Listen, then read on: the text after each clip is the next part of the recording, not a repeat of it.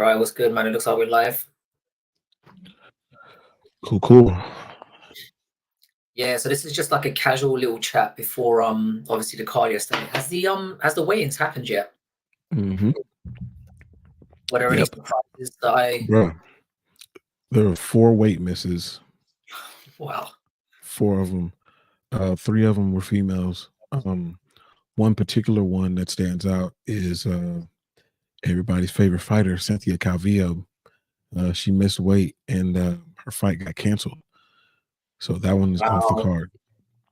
And I mean, I'm just guessing, but pretty sure she's probably not going to be in this organization anymore. 5 losses in a row, and now you can't make And, weight. yeah. And it's bantamweight. And the thing is, I made some jokes about her on the when I was doing the breakdown of this last week, and I basically said she's a fat shit.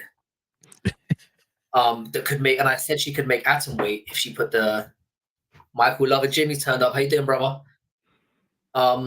Yeah, I said she could make atom weight if she put the pies down, and then she goes and misses the bantamweight limit. That's unacceptable. Yeah, Not it's surprising though. She's not always ridiculous. professional. Yeah. So I I mean, guess she's got a little Botox too, so her mind is elsewhere. right, fair enough. She probably needed it, to be fair. What was I gonna say? So who else missed? There was Calvillo, and who else? Calvillo. Anthony Hernandez missed. He came in at 150. And he's talking all that. Have you seen all the stuff that's been going back and forth between him and Damon Jackson? Yeah, I heard Damon Jackson. Apparently, he said he was a little. I saw the interview where he said that Damon Jackson was a little bit homosexual. Oh yeah, because of how he felt about Cowboy. Yeah, that was wild. Yeah, that was. Um, Let's see, Nora Cornell and Melissa Mullins, who are fighting each other, both missed weight. Fair play then, I guess. No. Did somebody miss more significantly? Because I think that matters. Nora in that fight, Nora missed by 0.5. Yeah, but man, Anthony Hernandez missed by. He came in at 150. I think it's Alexander Hernandez. I mean Alexander. I said Anthony. Yeah, Alexander. Yeah. My boy Fluffy. Let's not get that mixed up. Yes, not him. Alexander Hernandez. He missed by 4 pounds.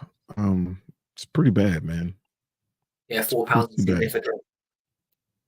That's a fuck it. We gave up. Mm-hmm. Yes, that's not a we did our best to get down to the bare minimum. Yeah, that's not good. Well, was anything else cancelled, or was it just the Calvillo fight? That's the only one that I've seen that's canceled. I'm assuming that or did her opponent say she doesn't want none? I think that the opponent was just like, "Nah, I'm not fighting you." It was Pieta Rodriguez. So she's not. No. That's fucked up, man. That's fucked up.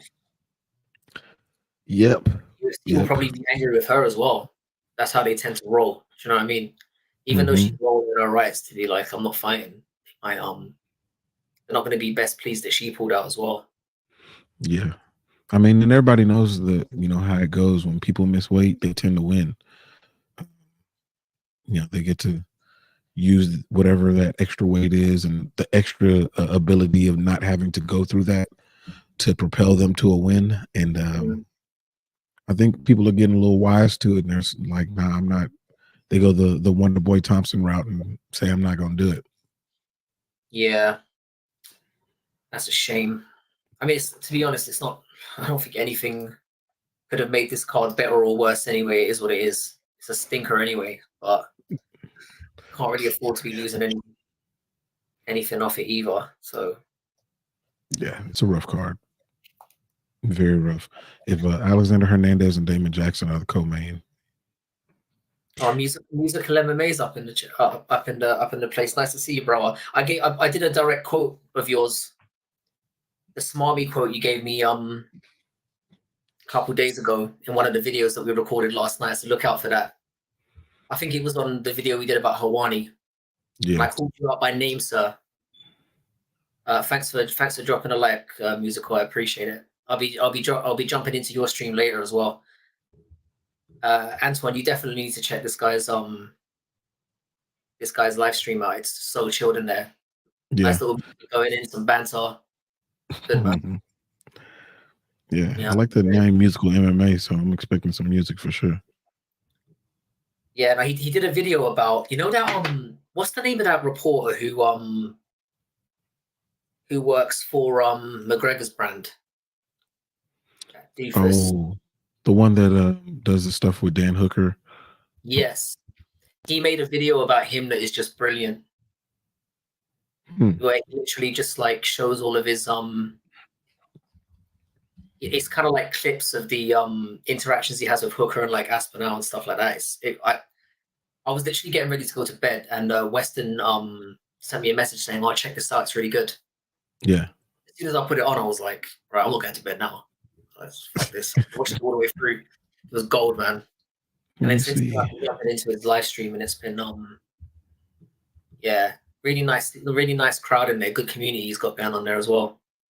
Yeah.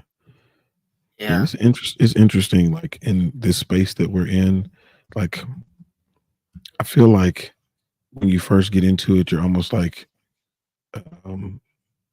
overly competitive. You're like, oh, I can't, I need to look at these people. This is my competition.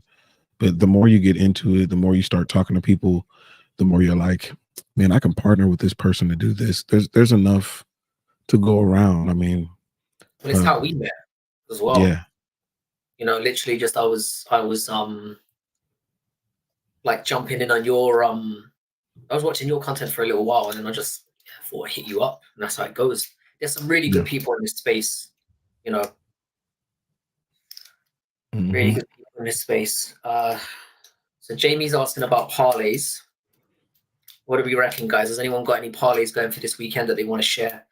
I will share mine, even though I know it's very, very bad luck to do so. If I could even remember what it was. Hang on a second. Parlay time. So we've only had one fight cancellation, and let's be honest, no one's going to miss it.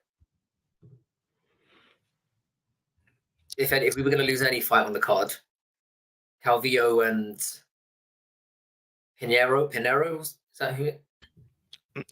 Pieta Rodriguez. I'm willing to let that go.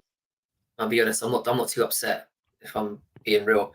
So I've got Victor Hugo, Charlie Campbell, Walter Walker. You know what? You know when people were saying he was Johnny Walker's brother? I thought they were trolling.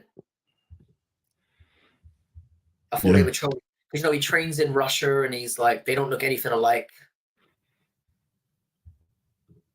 Maybe it is a troll. Yeah. I don't know. Maybe it is a troll. I don't know. I need to look into that. I mean, I looked into him, but not from. I mean, nickname is the Clean Monster. I don't even know what that means. What does that mean? Yeah, me too. I have no idea. Somebody needs to ask that question. We need to get Hawani on the job. But I mean, maybe he went to go fight in Russia because he just needed to get fights in. But I mean, he's from Brazil, so it's possible. He's a big guy. He's a big guy. Big dude. The genes check out. I'll say that. Yeah. He looks like a different skin tone though, because he looks like he could be Russian. Could be. Could be. Let me see. Yeah. He looks a lot more fair-skinned. I'll put it that way. I don't know. Maybe they have different moms, different something like that. Possibly. Jamie's saying he's got Campbell on his as well. Yeah, I think Campbell's a fair shout against dumb Trevor Peak. I can see this going quite well for him. I think Trevor Peak will make it entertaining and then get smacked. I know Charlie Campbell got slapped by Duncan. He was winning that fight up until when he was piecing him up. Yeah, and Charlie Campbell's gone on to have 2 really nice wins. I just think Trevor Peak is dumb and he's going to get caught. That's what I think is going to happen. So Campbell, I think Yeah, Campbell is one of the guys I've got as a lock, especially with the odds you can get him at as well. He's basically at minus 175, I think, which is really good odds for Campbell. Can't yeah. wait for this. Trevor Peak, his Trevor Peaks, his I can't wait for the standing. Yeah, his striking is unbelievable. His his in cage IQ is not necessarily his strong point. That's for sure. But dude's entertaining, man. He's really, really entertaining. Yeah. Yeah, the thing is, he's not the smartest guy in the world, but he'll bring the fight, and that's all we can really ask for, I guess. I Yeah, mean, those I'm surprised more people don't come out with those standing hammer fists, man, because they are wonderful to witness. yeah. I mean, I've seen them in street fights and they work. So why not bring it in? The old playground, What? putting out Well, the old playground bag. you know, my boy, he does those. You know, Dustin Poirier, he'll hit you, you know, like that. So So yeah, I'm curious to know what people's opinions are on the main event specifically, because I was when this fight was announced, I was like all over Allen. I thought, oh, Allen's definitely going to win this fight. And I got to thinking, as I do, mhm.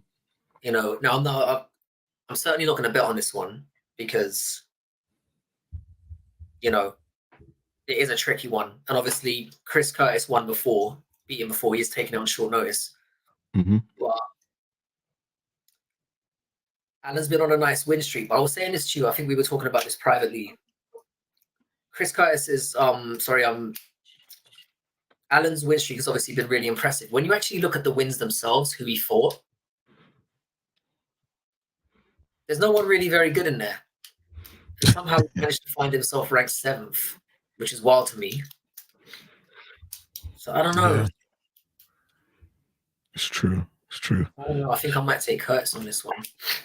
I I would did. say Chris Curtis's last 5 opponents, the level of difficulty is higher um, Yeah. than Brendan Allen's. That's 5 for sure. It's not even close, to be honest. Yeah. The short notice factor is a little bit. I do like on my parlay. I didn't finish rounding off my parlay, so I've got Hugo, Campbell, Walker, and I've got that fight to go over 2.5. And I will tell you, like, a lot of times when it comes to short notice, the biggest obstacle is big cut. Well, Chris Curtis was dancing on the way in to do his weight cut. So if that tells you anything about how he felt going into this, he feels great. He was dancing and singing the whole way. Hit 186. He came in before Brendan Allen did. So that's not going to be an issue. He's very confident going into this. That's for sure. So Yeah. I like this comment. If Allen just circles right, and the thing is that not only will he not do anything on the feet, he'll probably have a fucking hissy fit right in the middle of the cage as well. He'll probably start crying and wailing, and I've never seen somebody shout at somebody in the middle of a fight for not doing what they want them to do. It's crazy. man, I think that Chris, I don't know, he's just overly emotional sometimes, but sometimes he's rightfully emotional. It's just the fact that it's almost that boy who cried wolf syndrome. Once you do it a couple of times, even if you're right, people are like, that's it still gets on the nerves. Yeah. But at the same time, I think that this is just the perfect opportunity for him to beat somebody that he knows he can beat and jump into serious fights rather than fighting on the Yeah. outskirts of top 15. Yeah, no, for Chris Curtis, it makes all the sense in the world. Yeah, if you get the opportunity to face somebody you've beaten before who's very highly ranked, you take it, short notice or not. And like I said, like you said, those guys in that gym, they're staying ready all the time. Mm-hmm. Like their fight camps are basically all year round. Yep. So They're always sparring. They're always in each other's faces. Then they stay ready for combat. Stay ready. Yeah, did Strickland fight Allen before as well? I can't remember. I'm sure he did. Let me see. I'm sure Sean Strickland fought Allen as well at some point. Fight Figures has a really good video about how Curtis couldn't do anything because Hal Hermanson just circled his lead side in their fight. Yeah, that's the thing. The blueprint's there for Curtis now, but that's not that's kind of why I'm going for it to go plus 2.5 because I think there's going to be a lot of this.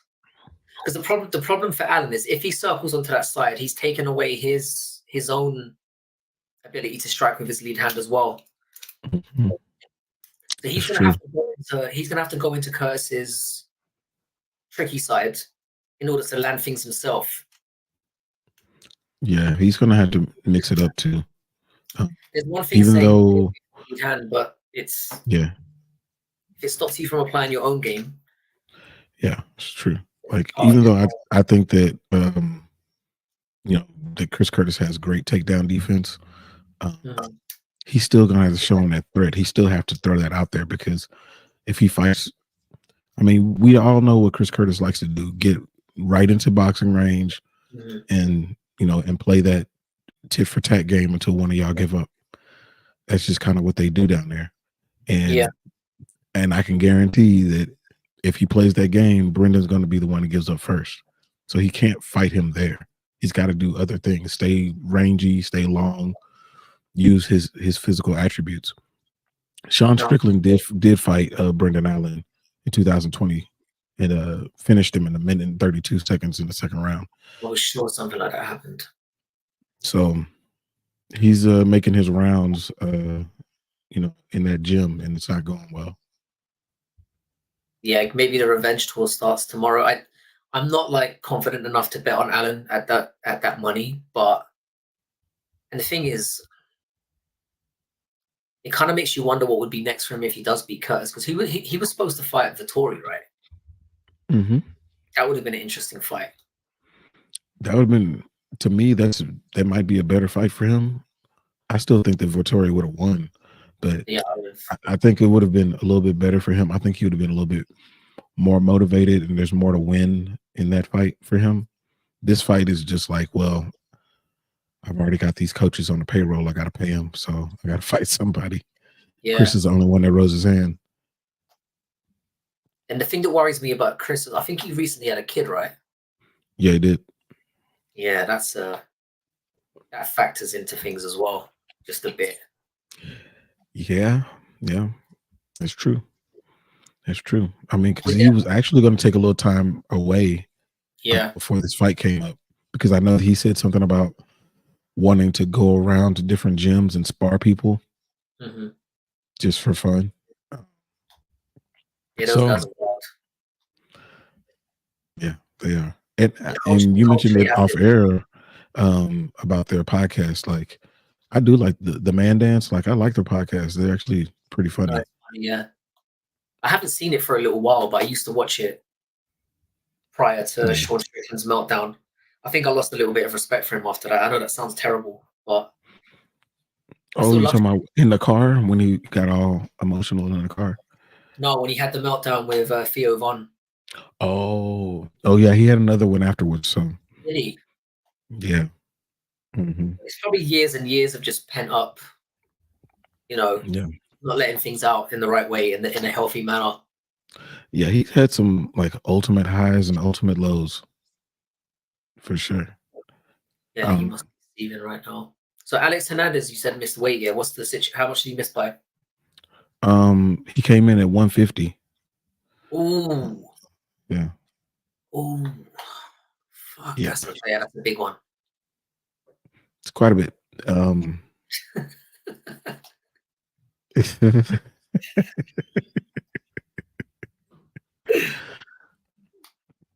You know what? I'm gonna say this here. SA is the biggest MMA casual on earth, but he's a fast learner.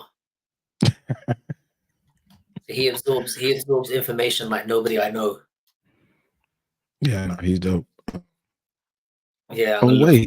Oh wait. I did not notice this until just now. Mikey Lover Jimmy is in here. I Yes, did he is. not see that. Do you have the Prime? I don't have any Prime Yo, on and me. then I'm surprised he didn't start asking for the Prime powder as soon as he walked in. There's no hello. It's just like, so where's that Prime energy, bro? Mm, Fast and man. let's see.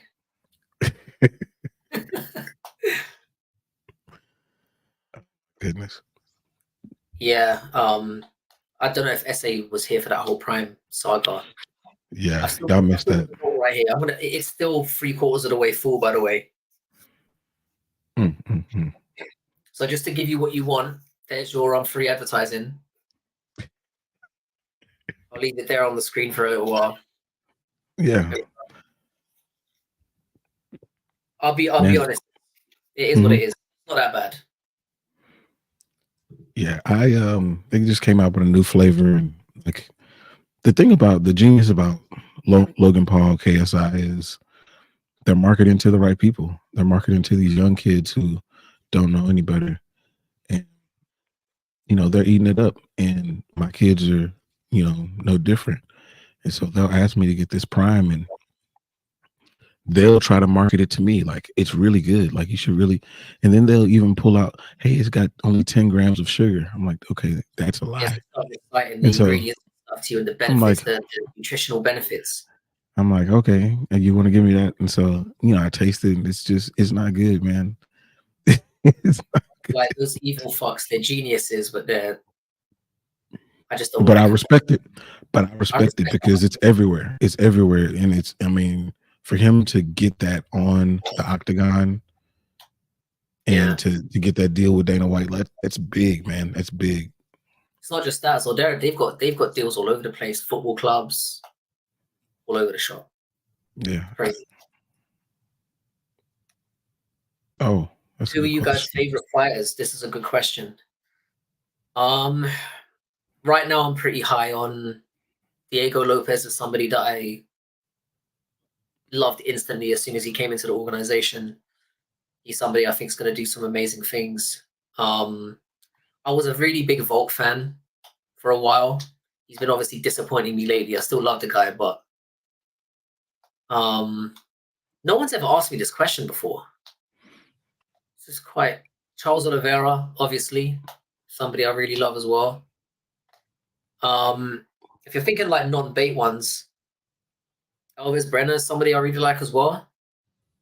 I'm a big fan of his.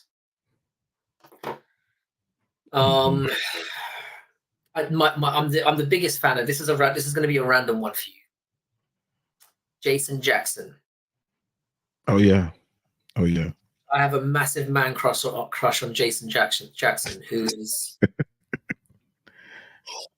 I think he's and same things. Thing is, a lot of my favorite fighters are Bellator guys. It's weird.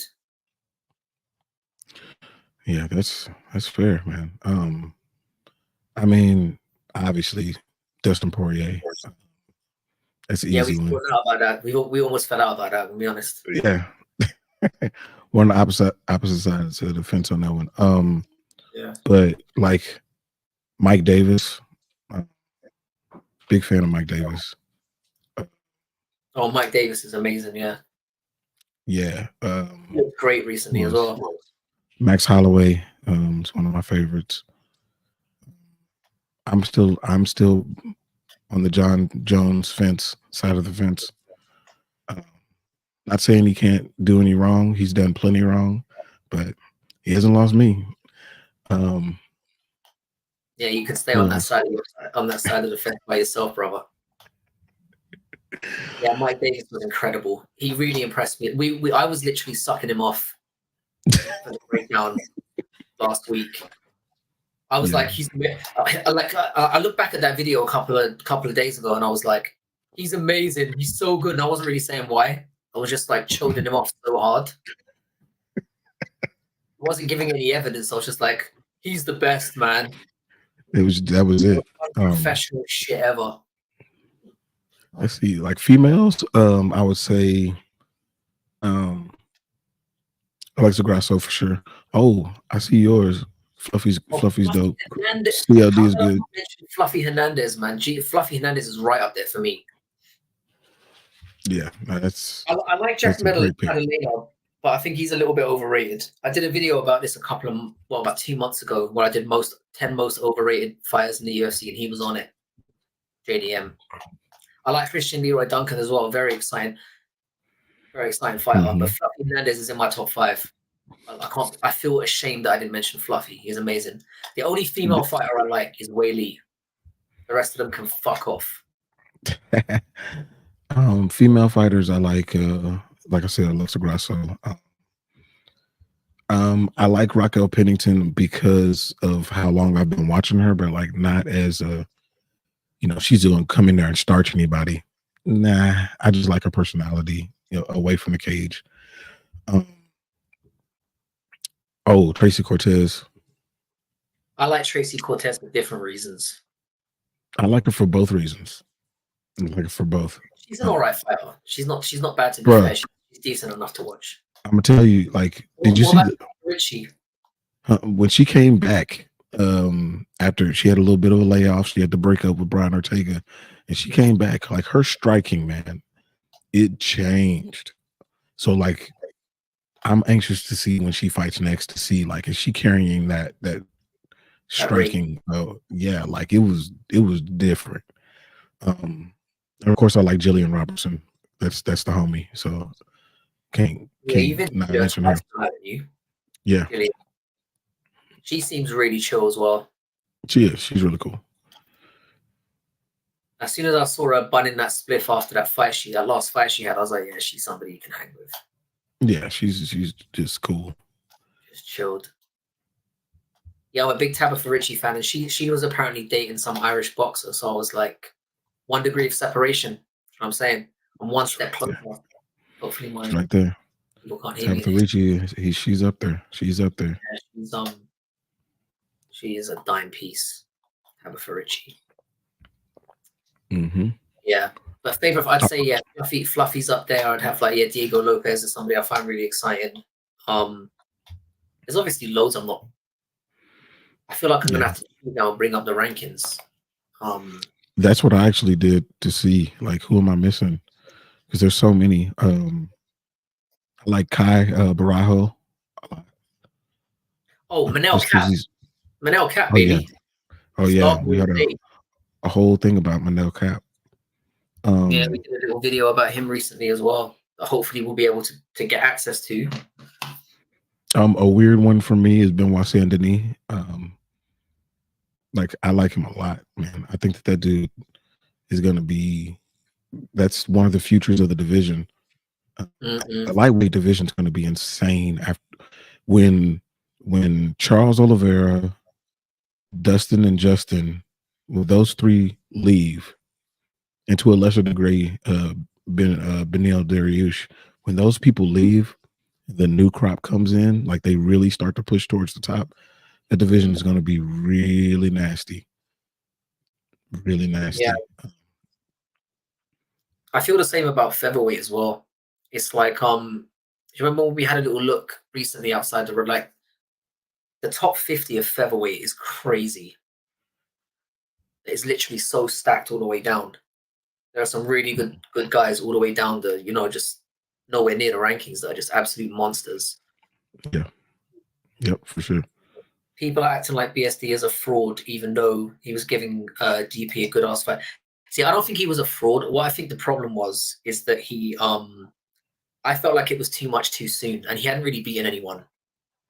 Like I picked Poirier because when I watched Benoit Saint Denis fight Ezekiel dos Santos, Ezekiel dos Santos gave him the worst beating I've ever seen. It He wasn't did. stopped. That fight could have been stopped about 10 times. That was like a life altering. And Ezekiel dos Santos is very good and very underrated. He's one of those guys that he doesn't get the props he deserves. But he beat Benoit Saint Denis up for pretty much 15 minutes. And when I saw that, I thought, Poirier is a plus 200 underdog in a 5-rounder. He hasn't fought anyone near as good as him. I didn't like that for him. So I made a lot of money that night, so I was happy. And I hate Dustin Poirier. His personality, not his fighting style. Man, I think that anybody that says that he was a fraud after that fight is delusional. Benoit Saint Denis is legit as they come. I think that him, Matt Frivola, um, who else? Who else is in that division that's young and up and coming? If he comes back from his injury correctly, Rafael Fiziev, Jalen Turner, like those folks are going to be the future of the division, man. So I like Benoit Saint Denis. Like I like his demeanor, what he brings to the cage. Like dude is an animal, and he's one of those fighters. Even though you're not in the arena, you can feel like that dude's going to have one of those auras when he comes in. That something bad's about to happen to whomever is on the other side of the cage from him. He'll Yeah. get there. Yeah, that's a good shout on this. I forgot that he fought Strickland. Yeah. If you look at Dos Santos's record, man, he's had some crazy scalps. He went to a draw with Fakhretdinov recently, which was a hell of a fight. Like Fakhretdinov whooped his ass for the first round and then totally gassed out, and then basically got battered for the next two. Ended up being a draw. No, that guy is good. He's one of those guys that you don't really want to come up against if you're in the UFC now because he's not ranked. But Oh yeah, thunder. There's no benefits from fighting that guy. Yeah, it's really not. Yeah, he's a problem. I've just noticed as well, this card is on much earlier than usual. I think it starts at like 9 p.m. my time, which means I might actually get to bed at a respectable hour tomorrow, which would be nice. Yeah, the sun won't be up. That always trips me out when you're like, well, getting off. At the end of the stream as well, you're like, oh look, there's the sun. Fuck you, bro. And it's like 1 o'clock in the morning for you, a bit earlier than that. Yep. Mm-hmm. Yep. Yeah. It's true though. Yeah, it's a trip being in the UK watching, especially when these cards have sucked so much recently. Yeah. It's like, what are you staying up for, really? I gotta give props to who's Alex Hernandez fighting again? Let's see, who is this? Oh, Damon Jackson. Props to Jackson for sticking in there and not baiting on that fight, because I think Damon. Hey man, Damon Jackson just got these new hair plugs, man. So that is a weird looking guy, I have to say. You gotta show him off. Dude, he went from like looking like Vegeta, now he looks like Steve Harvey. Like it's the massive difference to what he was before. He's got the young Steve Harvey cut. I don't know, man. Good for him. Putting that fight, that 10K fight purse to good use. Straight to Turkey. Get the plugs done. Mm-hmm. That fight's going to be interesting because like I said in my breakdown, like I don't trust Alex Hernandez outside of like 7 minutes. So like if Damon Jackson, he's not very good, but yeah, he's a professional. He's a professional fighter. I'll say that. And he's got a gym down here. He's got one of the he runs one of the Fortis MMA gyms down here. But yeah, I think he's on a 2-fight losing streak too. Yeah, it's not looking good for him. He was looking really good there for a while, like he might do something. Oh, Cheddar Head's up in the building. Cheddar Head is somebody that did you know what? Yeah, I didn't. When I used to go into MMA Guru streams like back in the day, I don't go into them anymore. But Cheddar Head was a regular in there. Cheddar Head's a bit like Western. You just see him everywhere. Oh yeah. He just got a foot in every community. One of the guys is he's like a glue guy. Nice to see you, Cheddar Head, bro.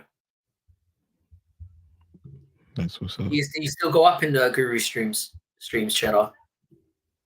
I'd assume you do. You were pretty active there at one point. I remember you were one of the guys I used to see there often. I'm an MMA YouTube groupie. That's what's up. Yeah, I see you often on MMA musicals as well. I've started going in there recently.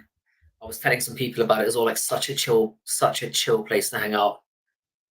I've got into the habit now before going to bed, just sticking that channel on and just vibing with that shit, man. Really good. As such a good dude as well. Such a good dude. Let me What see you here. thinking? What you thinking for the main event this weekend? Shadowhead, who you got between Curtis and Allen?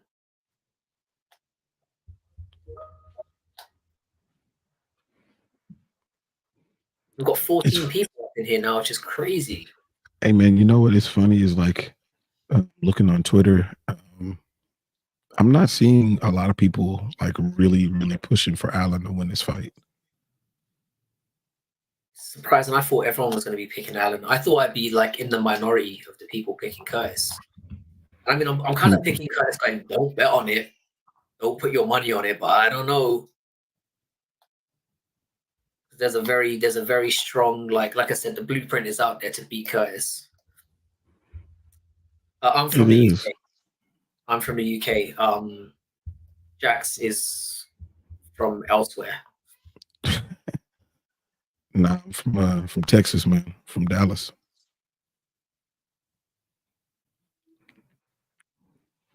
Yeah, Allen is kind of a douche. Yeah, he is. I don't like the way he's talking about. Again, what's worrying me about Allen as well is he's talking about Dricus being an easy day at the office, and I know he's trying to get the fight, get himself in the mix.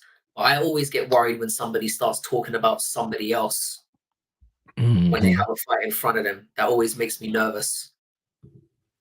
So Yep. I'm not going to be putting any money on Allen. No way.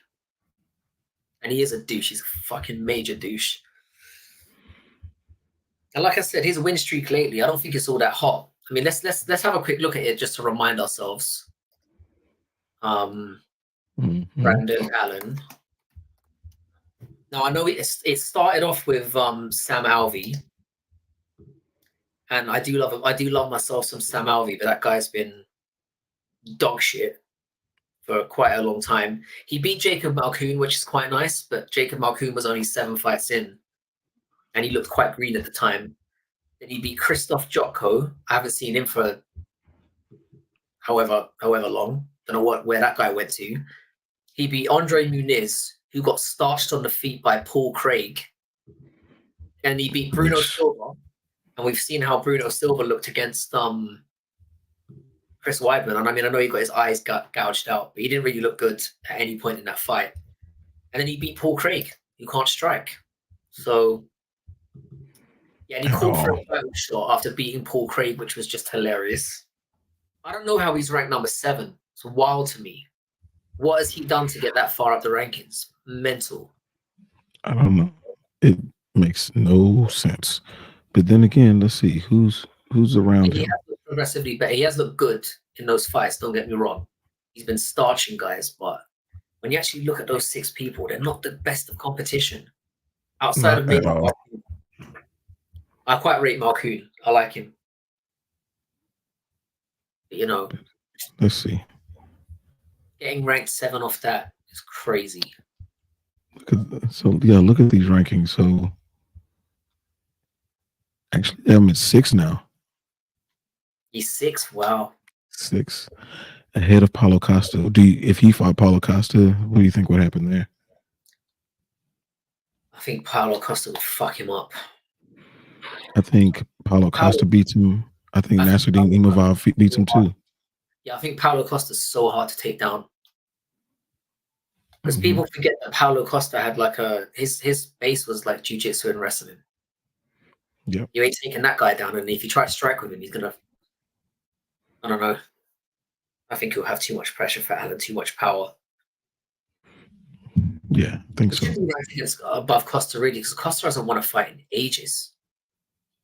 Well, he had the Luke Rockhold win. Yeah. Then he lost to Vittori. Then he beat what's his name? Costa has an amazing guard as well. True. I don't know. Costa, he showed me a lot in that Whitaker fight, even though he lost. He looked good in I that think fight. he looked amazing in that fight. Yeah, it's the best we've seen him, really. Mm-hmm. The best performance we got from him in a loss. It was still good. But the thing is with Costa, he's one of those guys, he's never really going to get to a belt, but he's always going to have a place in the UFC because at least he has an exciting fighting style.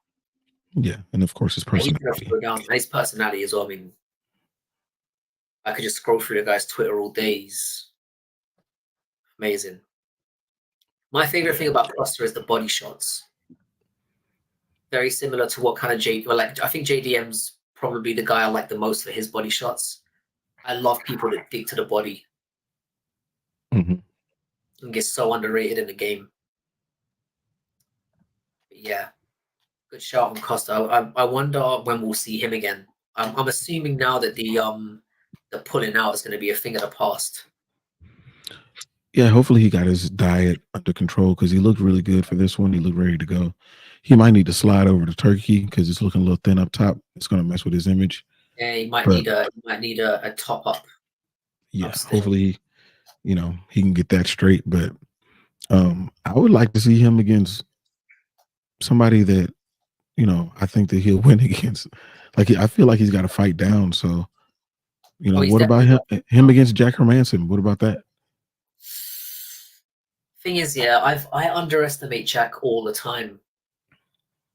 I thought he was going to get flatlined by Pythar, and Pythar is another guy that I hate. I just don't like him. So I was kind of saying it like, oh, Pythar's going to starch him, and I was secretly thinking, I hope Hermanson does something, but I had no expectation that that's what's going to happen. But no, Hermanson, I don't know. It's tricky with him because he is clever in there, and he is tough. I don't know how that will go. Costa, that's a bit more tricky for me. Yeah, it depends on if it was 3 or 5 rounds. If it was 3, I'd probably go Costa. Mm-hmm. If it was 5, I'd go Hermanson. Sean Brady and Joe. Sean Brady and Joe. Maybe I just imagined that. What? Sean Brady and Joe Pythar. Joe Pythar's a middle. He's saying that they talk a lot for not being that good. I think they are that good, but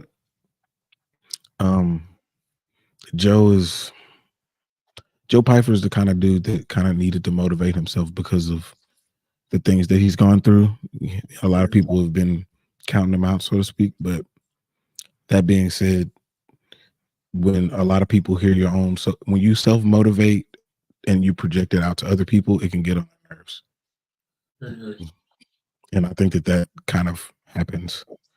What you mean with Joe Pythar? Yeah. That's not the reason I don't like Joe Pythar. You know why I don't like Joe Pythar. Yeah. I find it very difficult to stomach a grown man who talks about being homeless and like pretty much with his cap out, talking about he can't get. It felt like an episode of like when they do like American Idol or whatever the fuck, where they have those sob stories where somebody comes out. I hate that shit. Yeah, I despise it. So he just rubbed me up the road, and I think the guy's a bit of a tool as well. Just generally, I just don't like his personality. And that is actually one of the reasons that I wanted the Joe Pyfer Bo Nickel fight, because I feel like both of them are right now they're rubbing the public the wrong way. So one of them has to be the bad guy and one has to be the good guy. And if they fight, then maybe we'll figure that out. Because they're gonna push them in the division. We're gonna see them whether we like it or not. So yeah, we're definitely gonna see more of Pyfer. I think they'll give him as many opportunities because I think they expected that he was gonna smash through because Jack Hermanson was kind of looked like he was on the decline, and that's what I loved about him losing that fight because they gave Joe Pyfer to him because they thought this is a guy who's in the rankings. It's a quick way to get Joe Pyfer up the rankings. Jack looks like he's declining. We'll put him in there, give him a nice, easy win. It'll work out that way. Nice. Jack's not that guy. Nah, Jack ain't having that shit. But it will be because I do. We talked a lot about Bo Nichols' progression, and I would like to see those two bump into each other at some point. Hopefully soon. Hopefully really soon. Do you think they're gonna put Bo Nickel into the rankings after he molests? What's his face? What's his name again? Oh, Cody Brundage. Brundage. You think he'll be in the rankings after that? Because middleweight is, not. Apparently, it's not that hard to climb up the rankings at middleweight. I don't think that they will, because it's really who will they kick out. I don't know that they kick out. Now, if Chris loses his fight, then maybe they will. Get sacrificed, yeah. That will be the one that they pull out. Paul Craig is kind of not really there. I mean, see, because Paul Craig's in there, which is crazy. He is. How did he sneak into the rankings? Well, I suppose. I feel like he's still riding that Jamal Hill win, even down into a new weight class. And Kalaev win as well. That's true. Paul Craig is a funny one. Yeah, he's super intimidating at the weigh-ins, and then when the fight starts, it's like, wait, you can't strike, can you? Yeah, I think the thing is, to be honest, when he beat up, who was that guy? My brain's not working today. Paul Craig. He beat that guy who was on a bit of a tear himself. 1 second. Andre Muniz. Oh, right. Because Andre I thought that was going to be like the next guy. Like, I thought he was going to make a run. I thought that for a little bit as well. So when he starched Andre Muniz, I thought, wow, man, Paul Craig might actually just be. He's not that he's terrible. He's just too small for light heavyweight. And then comes up against Brandon Allen and looks like the same old shit. Yeah. But him being ranked is crazy as well. I honestly think that the Bo Nickel could have a ranking next to his name after UFC 300. Because let's be honest, he's going to smash Cody Brundage in about 20 seconds. Yeah, he's going to make it look easy. But what if he doesn't? That would be so hilarious. What if Cody chins him? It's not going to happen. I think the earth would open and the ice age would begin the next ice age would begin at that exact moment. That's how unlikely. So insane. It's very unlikely. Very unlikely. I just hate that it's on the main card. I called it. You did. I called it. Anybody in the chat, let me know, like, why y'all think, if you were putting together the card, would you have Bo Nickel against Cody Brundage on the main card? I'm curious what y'all say. Yeah, I was prophetic about that one. Yeah, Aaron's saying Joe looked really good in the first 2 rounds and then just couldn't handle Jack's forward pressure for the last 3. I thought he looked really good in the first round. Mm-hmm. But in the second, you could see that the tide was starting to turn already. I mean, he did technically win the second round. You could see that it was evening up at that point. Yeah, it did. And he just didn't look he didn't look like he had Jack hurt at any point, really. No, it felt like once Jack felt his power and was like, okay, I understand what you can do. Well, he just started let me show you what a veteran does. Yeah. And once Joe saw he wasn't going nowhere, he was like, yeah. He took a couple and was like, yeah, nothing. Just started marching forward, which is worrying for Python because Jack has been chinned. Yep. So it's like, yeah, should be the open. Yeah, I was saying. Yeah, I was saying really, this should be the fact that Figgy and I know Garbrandt's not ranked and he's a former champion and so is Figgy. Them two opening up the main card. And I know why they're doing that as well. but it's like this is the biggest indication that they want Bo Nickel to be the next big thing that they're doing this. There's no bigger indication of that. The guy's had 5 MMA fights. He's fought 2 absolute bums so far. You've been talking up UFC 300 since the start of the year, and you put a 5-0 guy on the main card that says everything that this is our guy now. Yep. Yep. You're sending a clear message with that one. I mean, it's kind of similar to, they did the same thing with Sean O'Malley where he was fighting on the main card, but he was fighting like somebody weird. But then, following that, they gave him Peter Yan. It was like, okay, you have to sink or swim. That's the thing about, because a lot of people talk about how Sean O'Malley got babied for a while, and he did.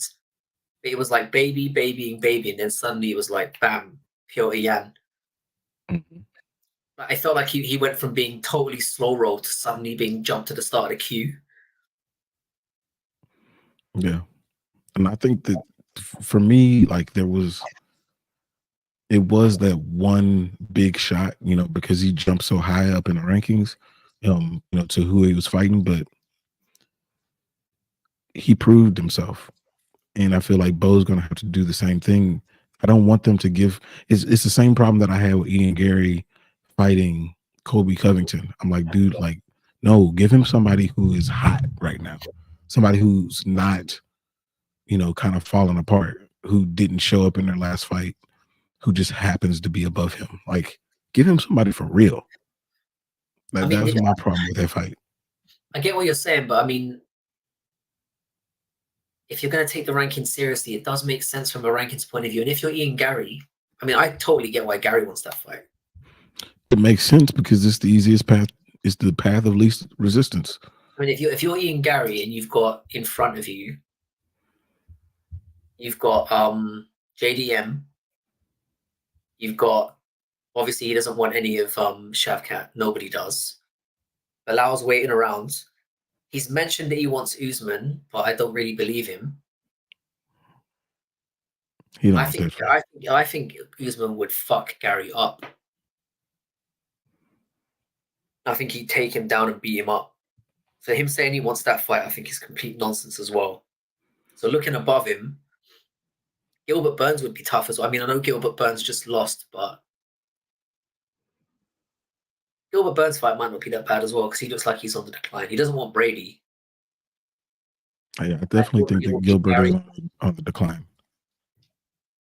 You thought Neil beat Gary? I mean, I thought Gary won the fight, but he wasn't very impressive in doing it. But the reason why I give Gary a pass in that situation is because, and again, Gary's another one. I mean, who likes seeing Gary? But like, I felt at the very least that with all the stress that was going on the outside, I thought he actually did a good job of staying composed, and because there was a lot of pressure on him for that fight. I blame Neil for that situation more than anything else because Neil was just not active enough. He didn't take the fight to Gary at all. Yeah. He seemed way too hesitant. And that's why he lost that fight. It's funny because leading into that, well, even before that, but like he had the T-shirt with Neil's mugshot on it, and Neil was interviewed. I believe it was by Ariel Helwani about that. Who that's what he does is stirs the pot a little bit. And Neil was like, hey, it's all good, man. I'm not tripping on that.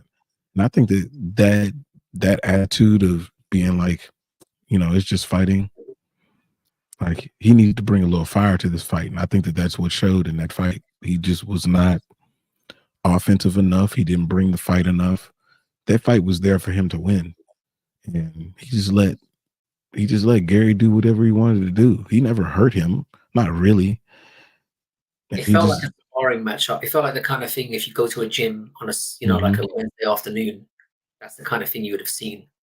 Yeah. Just felt very low energy from, and I just think Gary. I mean, there's a strong case you could give Neil the fight, but it was just. I just think Gary's just the fact that he was more active edged it for me. But I can Yeah. see a case for Neil. I don't think it's ridiculous, but that's why. And the first thing that stuck out to me was after the fight. Um, the first thing Gary said was that he's going to be looking to fight down now and slow roll his career a little bit. The first thing he said was like, I need to fight some guys around me, you know, take my time a little bit, given it that I'm 25, I'm 26 now, I've got plenty of time. So that was the biggest indication to me of the only fights I've really got left that people are going to want to put me in are the likes of like Shavkat, Burns, and He don't want to do that. you don't want to do that now. Yeah. Covington would be probably the best matchup for him now in terms of, you know, the easiest way to climb up the rankings a bit more. But he's going to have to Mhm. face music sooner or later. I think they'll do JDM and Shavkat. I think that's going to happen. I can see that Yeah. being like an international fight week That's situation. assuming that JDM's arm is healed up. Well, Shavkat's injured as well. I Yeah. think he injured his foot in the who did he fight last? Shavkat? Wonder Boy? Was it Wonder Wonder Boy? Boy. I don't know if Wonder Boy was last. It might have been. Was it? Let's see. Let's have the Yeah. calendar. It Yeah, was December. he hurt his foot in that fight. Hmm. Yeah, he hurt his foot in that fight. So I think he's probably looking at a turnaround time of about June, July. So it kind of works out. They could both. They both wanted it in August, and 305 is perf. Yeah, I think that would be a really good co-main for the Izzy Drickus main event. I think JDM will fight, but I could see that being and that's a huge fight. Aaron, who do you think would win that one? I know you're a big JDM fan. Do you give him a good shot against Shavkat? And by the way, maximum props to that guy for calling him out because nobody else is, and it's not the first True. time he's called him out as well. He's been calling Shavkat out for like 2 years. Yeah, it's So funny, man. I wasn't really a big fan of JDM initially, but he definitely grew on me. I like him a lot now. His boxing is crazy good. and he's so aggressive, very Yeah. active, and again the body shots are just filthy. But what scares me with him is like when he gets taken down, he looks lost. Like he's very very hard to take down. I'll give him that much. Very difficult guy to take down. But once he's down there, he doesn't know what to do. He's got no get up game. He's got no jiu-jitsu whatsoever. I think he's one of those guys where he puts, because he doesn't have a wrestling background, he puts a lot of his training time into just like make sure we don't get taken down and just keep it on the Hmm. feet. And then that's what he focuses most of his energy on because he looks lost on the ground. And that's a worry because Shavkat will take him down. Yep. If Gilbert Burns is taking you down, Shavkat Rakhmanov's taking you down. Mm-hmm. I hope Makes if it is sense. they do it as a 5-rounder, which is unlikely. Yeah, it But is. I think they need to start doing that more. I think once you get to that upper echelon of a division, once you're in the top 5, you should be in 5-rounders because it should be you're very close to the belt now. Let's see how you can hang. That would be interesting if they changed all top 5 fights into 5-rounders. I think it needs to be done. I really do. It's really a toss-up in my opinion. JDM has great get-ups, but Shavkat's top control is insane, and Shavkat doesn't react well. Yeah, that's the thing. It's like it. The thing that made me feel that Shavkat was more human was his fight with Jeff Neal. For sure, because Jeff had some moments. And if that Jeff Neal fought Ian Gary, he beats him. He beats him. Yeah, I agree. He probably finishes him. But You see that's that not the kind of Jeff Neal fight, that showed up. and that kind of fight does take it does take some life off you. Those are like life because that for me was my fight of last year. Mm-hmm. The Jeff Neal and Shavkat one. It was a People went really to good fight. it was a really good fight. I loved that fight. And again, if I'm somebody in the division watching that, I'd think right, Shavkat's human. Then obviously he goes out there and absolutely obliterates Wonderboy. So now the fear factor's back a little bit. I don't know. If I'm anyone, I don't want any of Shavkat right now. Yeah, if he grabs your wrist, you're not getting up. And he's so good at that.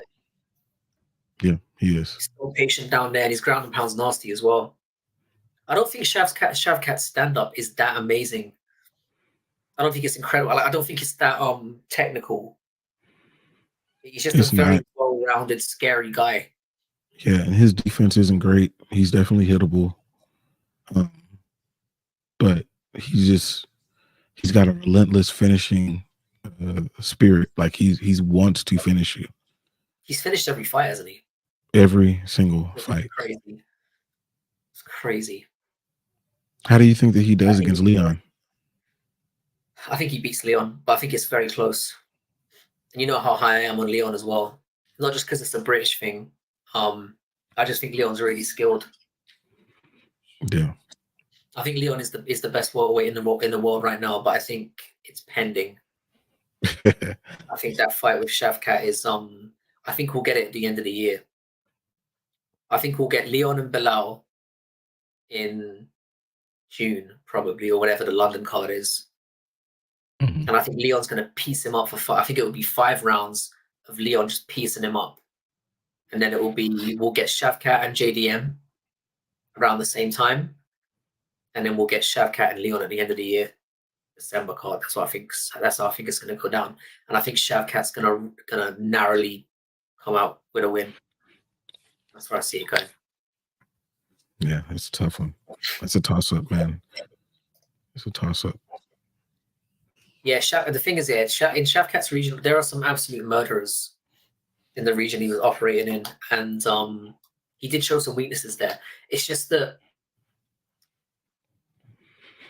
I'm more high on guys that have got hurt and have still managed to power through. Because I find it very disconcerting if somebody's just been starching somebody their entire careers and you haven't seen them hurt. We've seen Shavkat get hurt and he just keeps going. Yeah. I mean, we just mentioned one, when we talked about Joe Pyfer. He hadn't had that adversity before where, somebody just didn't go away. Yeah. And it's like, now what do you do? Like Shavkat's had adversity where he's been hurt, had to fight through it, and still came out on top by finishing people. Yeah. Mad shout out to everyone, by the way, who's here joining us. If you have anything you want to talk about, just drop it into the chat. We're more than happy to talk about anything you guys want to talk about. For sure. It gets, if you've ever seen our live streams, it gets dark. We go to places we shouldn't go quite often. So yeah, we don't mind. Drop anything you want to talk about. Happy to talk about anything. But yeah,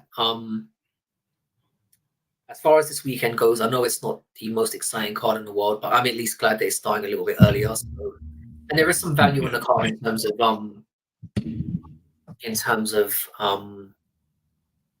betting. There's a few that I'm quite looking forward to.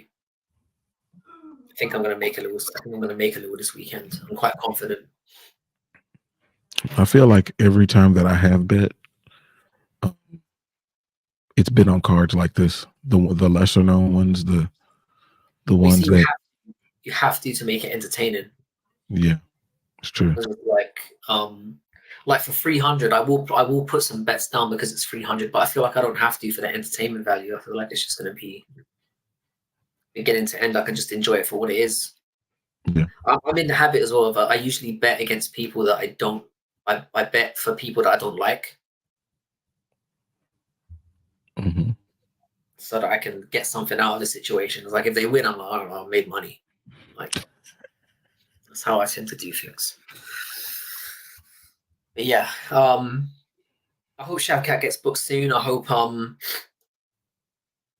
I hope we do see that fight with JDM because I think it would be a barnstormer. I like that fight a lot. Yeah, I think so.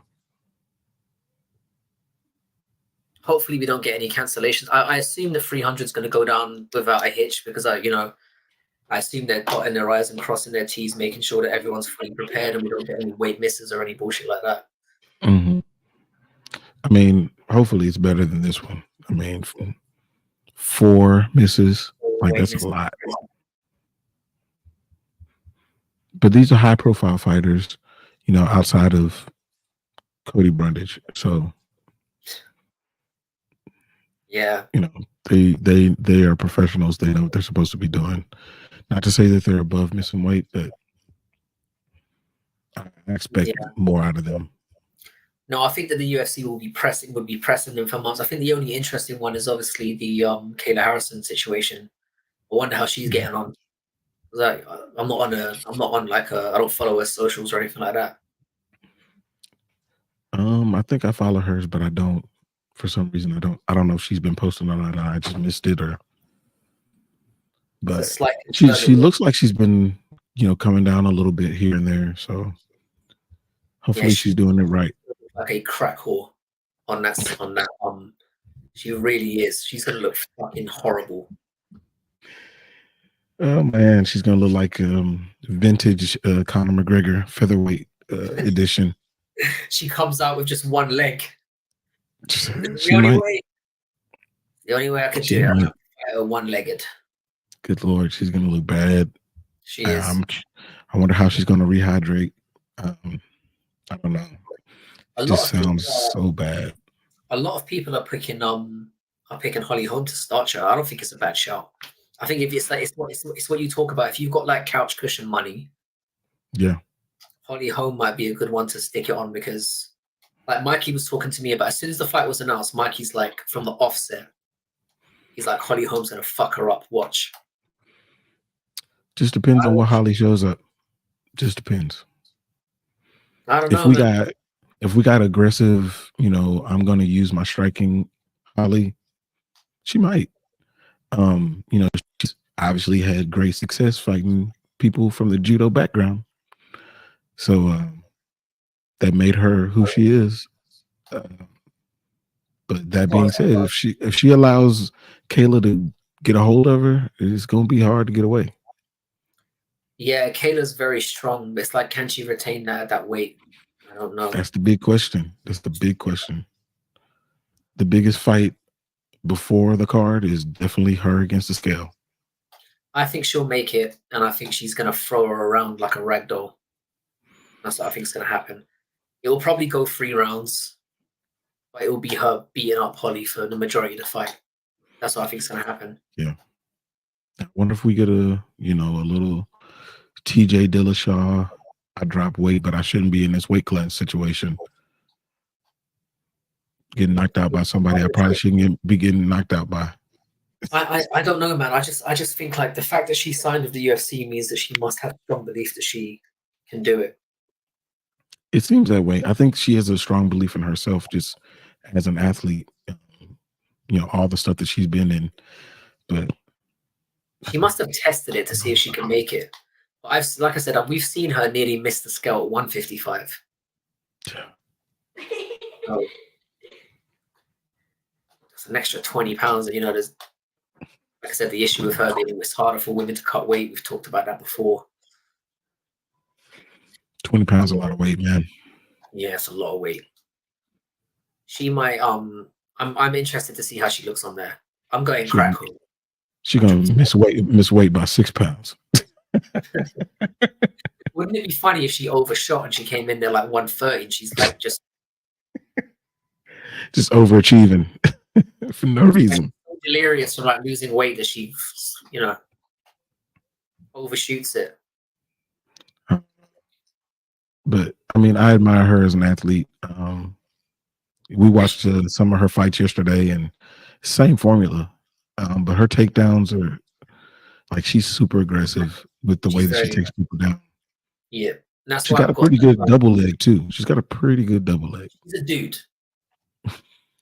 Just put it. Let's just call it what it is. That's she's got a bigger dick than me probably. I suspect. We can bring her up in the transgender debate we're going to have at some point. I reckon there's definitely something hiding under that hood. I'm very suspicious. I'm gonna leave that there. I don't know, but I don't know. We'll see. We'll see what she does on the scale. That's what if she walks off the scale from her own, under her own power, then I think then She's got she it in the wins that bag. fight. I think she wins that fight. If she needs to be carried off, then it's a coin toss.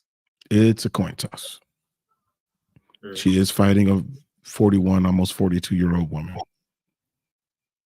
Yeah, and Holly Holm against Mayra Bueno Silva did not look too hot to me. No.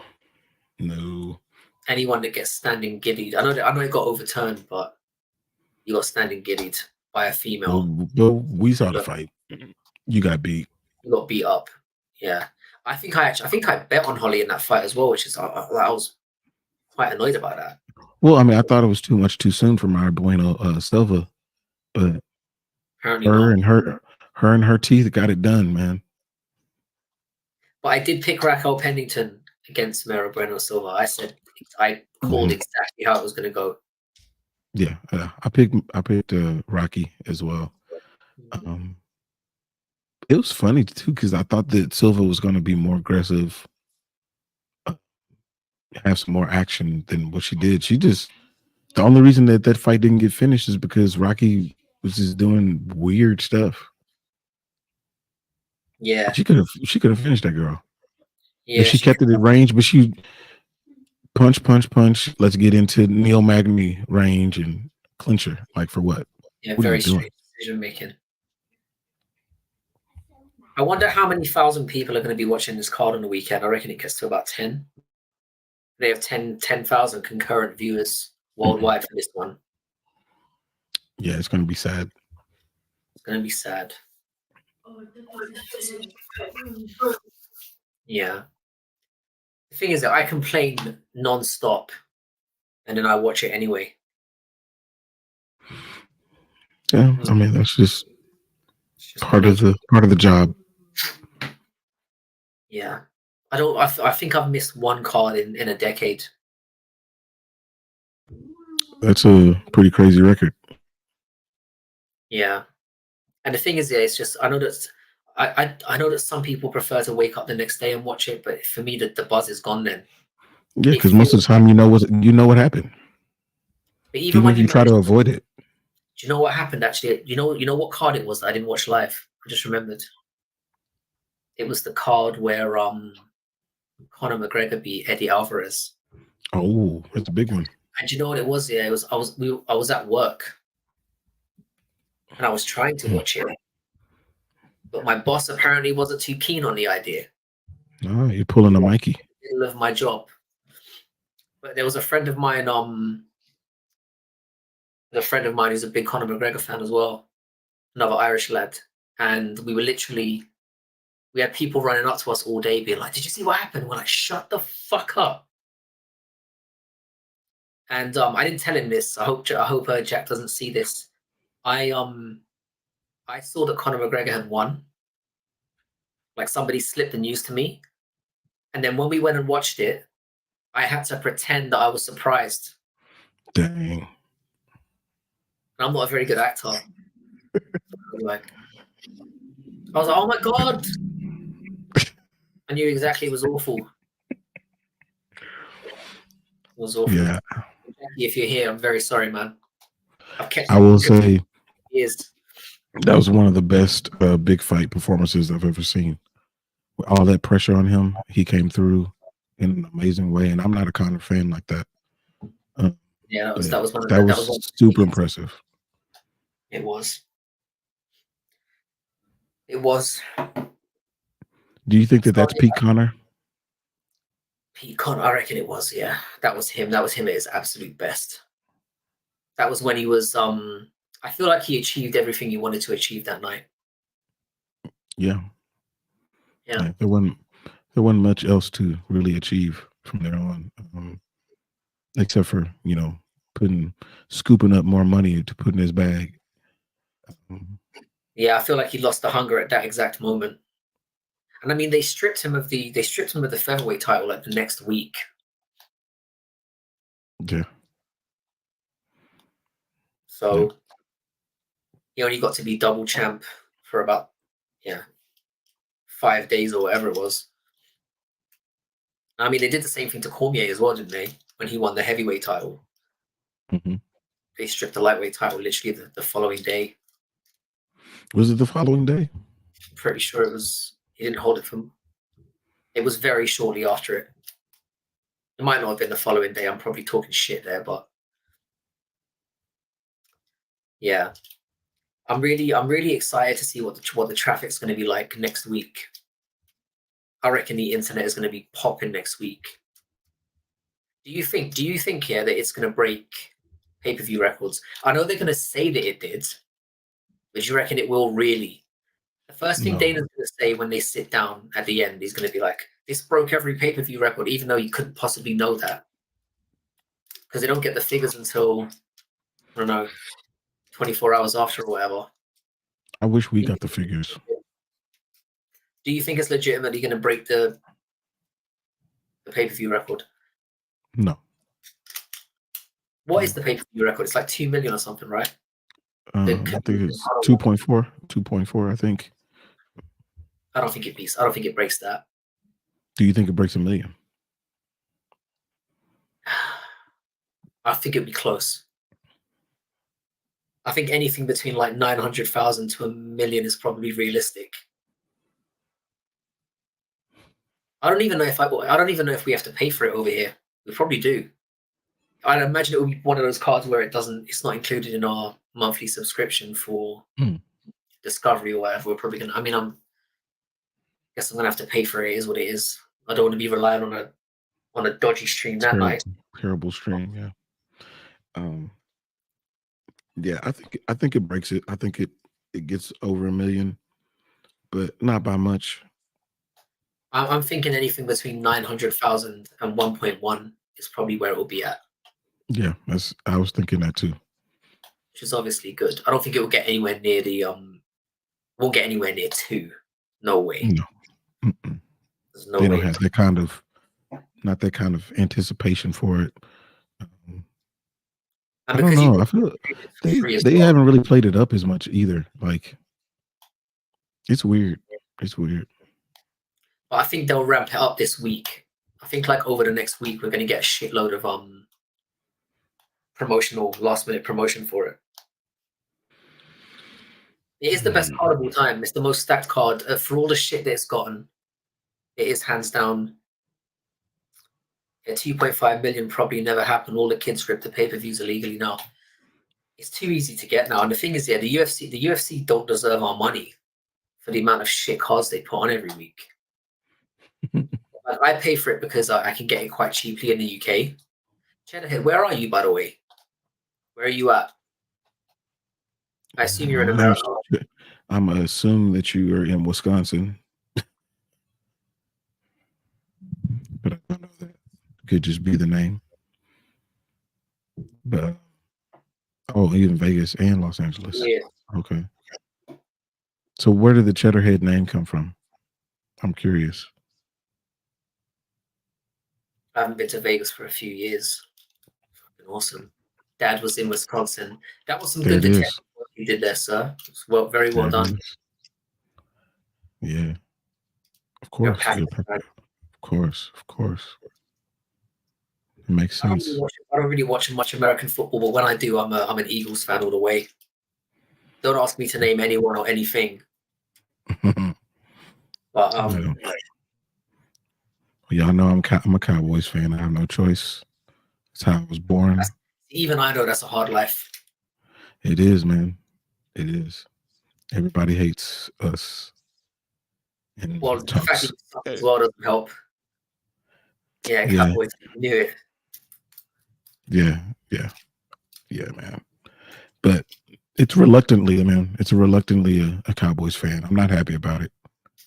And I'm not the type of Cowboys fan that puts it in people's face or anything like that either. Because why would you? I'm realistic. You know what? A Bucks fan. Yeah, I mean, y'all had some good times. Yeah, had some good times. You had some moments to cling on to there. Yeah, but American football is surprisingly popular over here. Is it? Yeah, it is. It is. It always puzzles me, like, because of the time difference. It's like, well, but maybe it's just you guys get used to watching like things that are on in real time over here. American sports here are surprisingly popular. Like, I mean, I've been an NBA fan for years. Like, I don't watch it as religiously as I used to because the Warriors suck now. Suck is probably a hard word, but they're not very good. They just beat us the other night, man. They just beat the Mavericks the other night, but I'm a bit of a glory hunter when it comes to American sports. I just jump on whoever's doing quite well. Aaron, the Texans are one up in everybody. They just Stephon Diggs, yeah, they are. Yeah, like they have NFL games once a year at the Tottenham Hotspur Stadium, which was specifically built for like having NFL games over here, and it sells out every single time. It's very hard to get tickets for those games, man. They get rammed. That's crazy. It's very popular. That's crazy. And the Super Bowl, obviously, that's actually a dream of mine too. To go over there and to go to London and watch, any soccer team, but like, watch Liverpool. Like that would be dope.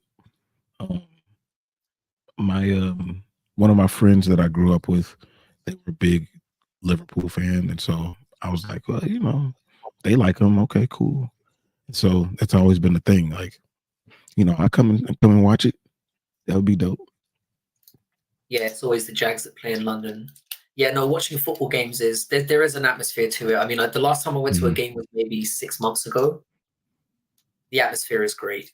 Like, there's nothing like watching live sport, like generally.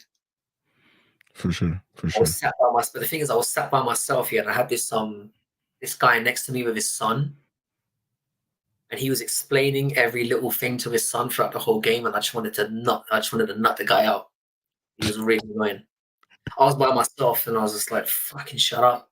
And then it turns out the guy was a fan of my rival. He was a rival fan of my team, so that got testy after that as well. But it was a good experience. Yeah, nothing beats. I'm definitely going to go and hit because I know Bellator's coming to Newcastle. I think I might go and see that. I'm not going to announce it, but I'm going to go, and I'm definitely going to go to the London card. However much I no nosebleeds bullshit. I'm gonna have to empty out the piggy bank. Man, and those prices are high over there. Yeah, they sell out so quick. And then literally, I mean, the last time it was in London, I tried to get like tickets as close to the cage as possible, and it was like $3,000 or something. And I was like, I could pay for that. I don't think so. Is it always at the O2, or do they kind of switch it up? They do switch it up. So sometimes, I mean, I think they're thinking of doing a Wembley one possibly this year, or in Manchester. Okay. But O2 is just the easiest because they've got the setup there already. So for any other, you'd have to do it as like a stadium event, and it would be like it's just a thing. But there is a big MMA community, bigger than we think.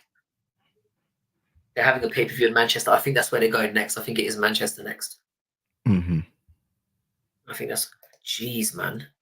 Dude. Hell yeah. You must do very well in life. Compared to over here, I would gladly pay $3,000. What were the seats like though? You must have been like in I'd be expecting to be in the corner for 3,500. I'd want to be on John Jones's lap for 3,500. Wasn't even very. That would piss me off. If I was in the gotta be mad. 30 rows, that would piss me off. That is high. Just to watch folk.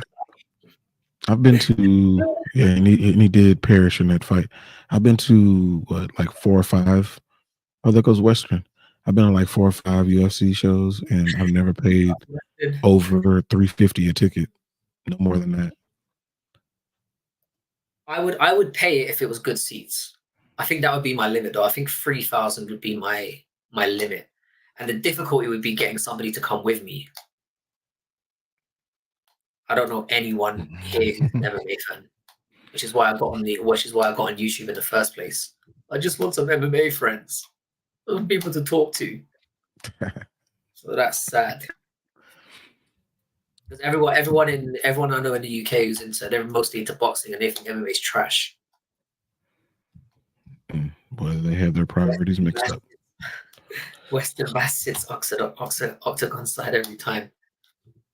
Is it quite hard to get tickets generally in the US though? Because over here it's Mm, basically impossible. They sell out in like 20 minutes, and then you've got your drink, um, some scumbag.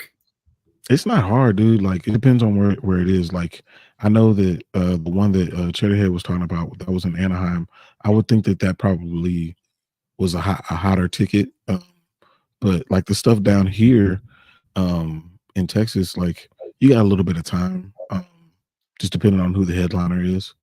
Um, I think that if they did more Mexican fighter based cards here in Texas, that they will sell out a lot faster. But I mean, dude, the last main event that we had was Amanda Nunes against Juliana Pena. Like, I'm still jealous that you got to see her get her ass whooped. I fucking hate no, that was Juliana dope. so That was much. dope. Yeah, I really appreciated that one. I jerk off. I That do. was CJ's first live fight too. It's a lifelong fan. Hmm. Yeah, I love watching that fight over and over. It just really satisfies me in ways they Yeah, shouldn't. yeah. That one was it was lovely, Obviously, lovely, healthy. lovely. Yeah, I would have loved to have been there. The only UFC card I've ever been to was in Shenzhen when Zhang Weili beat the fuck out of Jessica and Gerard. I was there for that. That was dope. Yeah, Because I didn't really know that much about Zhang Weili before that, but I've been a big fan of her since then. yeah. That's a big one. That was a big one to see. But no, I've been to like loads of so when like I'm going to Thailand in a couple of weeks, and there's a few events I'm definitely going to check out there because they have local fights on all the time, Mm, and they're just hardcore. You see people getting yeah. slapped all the time, so I might do a Um, little vlog on that. are you gonna go to like different gyms, or are you gonna go to like one particular gym, or you know, it just So there's a few kind of spaces. I depends. don't know if I told you about this yet, but my sister's like an amateur kickboxer. Oh, I didn't know that. Mm, Yeah, so she's like she's not very serious about it, but she's won the fight she's been in. So she mhm. was over in a few gyms over there. She got a little bit of training. There's nothing more satisfying than going to a live event and watching your flesh and blood beat the shit out of somebody. Yeah, that's gotta feel It's good. immensely satisfying. But yeah, I was at an event with actually Essay was there as well. Don't know if Essay's still in the chat. He was there as well. She fucked that girl up. It was really fun. Let's see. He went Yeah. to the Izzy versus Cannoneer fight. Yeah, that was lackluster. And I'm a Cannoneer fan for sure. Can someone tell me what has happened to Jared Cannonier? Because he Well, hasn't he hurt fought. his knee. He hurt his knee, and he's been rehabbing. Yeah, he's been injured. I thought he'd That's, been blackballed for being boring. nah, he was injured. That's the only reason he hasn't really fought. Yeah, he tore his MCL. Or is it? I did not know that. Hmm. Yeah, so he I hasn't thought necessarily just been sitting around. tore it clean. Yeah, that's a long time. And at his age, that's a big blow. Because he Yeah, was there. I know people didn't want him to get a title shot, but of everyone, he probably deserved it the most. It's like we said, man. I thought they were going to do him and Hamza. I thought that that's where they were going. So I when's really it? thought When's he that's where they were back? going. Is there an ETA for when he comes back? I sound like I'm excited. I'm not. But like, When did he tear it? Let's see. I didn't even know he was injured. I knew something must have gone wrong because I know he's been outspoken about his pay and stuff. Yeah, I can see them doing that. Cannonier and Strickland too. That makes all the sense. I thought Strickland beat him in that first fight. I mean, it was I close. definitely know it was very, very, very, very close. Um, yeah, Jared, he's from Dallas, and I went to school with his cousin, so I always kind of pull for him. But regardless, dude is like his fights tend to be very boring. Yeah, he's effective, but like, I mean, even the Izzy fight as well was terrible. He didn't obviously do much in it, but he didn't get starched. He No, just got that.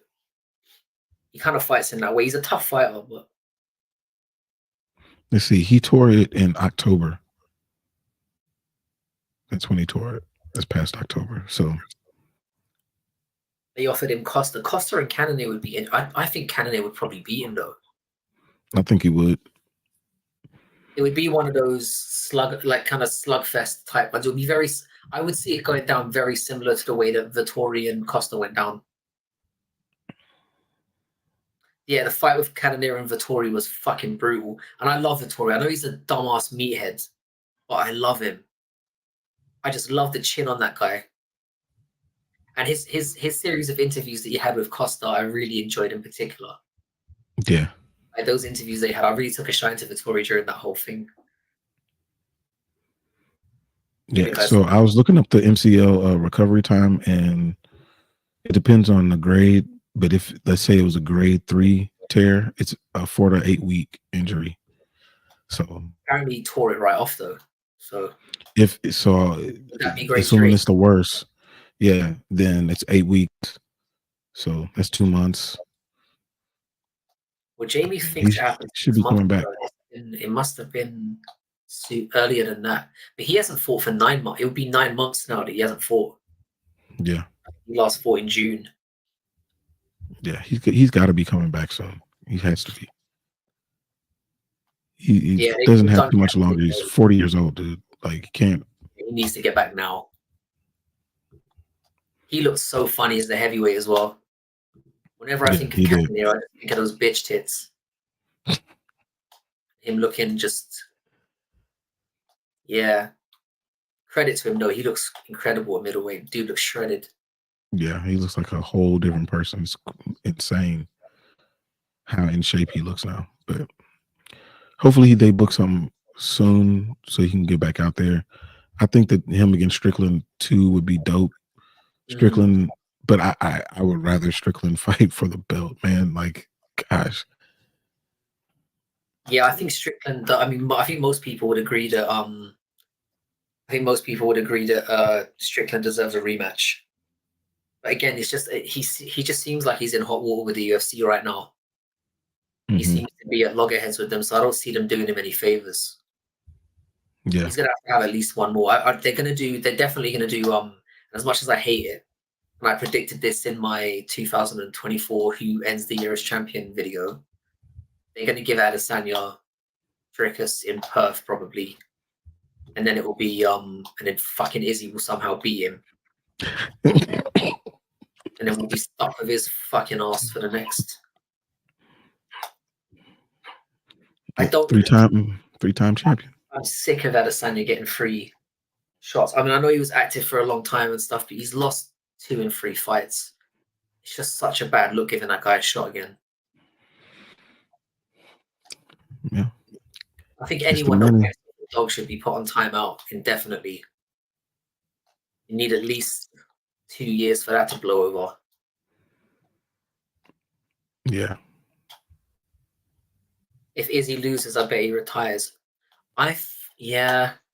Probably.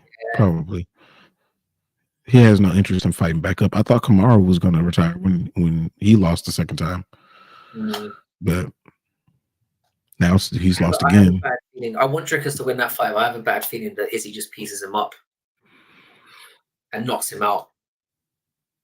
That's how I see that going. I don't know. I would be elated. I would love it. I really would. Yeah, I would not be devastated. But I do think that Strickland deserves it, and it's not because of the title reign, because there was none, but it was because of how close that fight was. Yeah, I personally thought that Strickland won the fight, only by the ever so small of a margin. I thought it was clearly 3-2 Dricus, and I love both guys equally. I just thought that the strikes that Dricus was landing were more significant, like those knees and kicks especially were really damaging. But then Dricus looked like he'd been fucking destroyed. So visibly, I think if Dricus didn't look like he'd been in a train wreck, I think nobody would have complained. I think because at the end of the fight, he looked clearly the more battered. Because most of the work that Dricus was doing was to the body, which doesn't show up as strong. Yeah. Yeah, I agree with Aaron. I think that this is the middleweight division's weird like that. It is. So I did say last year that the title would kind of hot potato between people, and it's kind of worked out that way. Because it's just weird. Like Strickland's style was perfect for Adesanya, but Dricus is so reckless. I can see Adesanya picking him off, like him coming diving in and getting caught. I don't like Dricus's style, but then mind you, if Dricus gets a hold of him, yeah, that's going to be a problem. I think Izzy's gonna knock him out. I think it will be. I can see it going very similar to the first Whitaker fight. That would be hilarious. And just gets clipped. That would be so hilarious. Because Dricus is very hittable. Mm-hmm. I can see that. Yes, I hope I'm wrong. I want him to. I would love to see Adesanya flat out cold again, face down, arse up. That's what I want. Desperate to see that in MMA. Love that.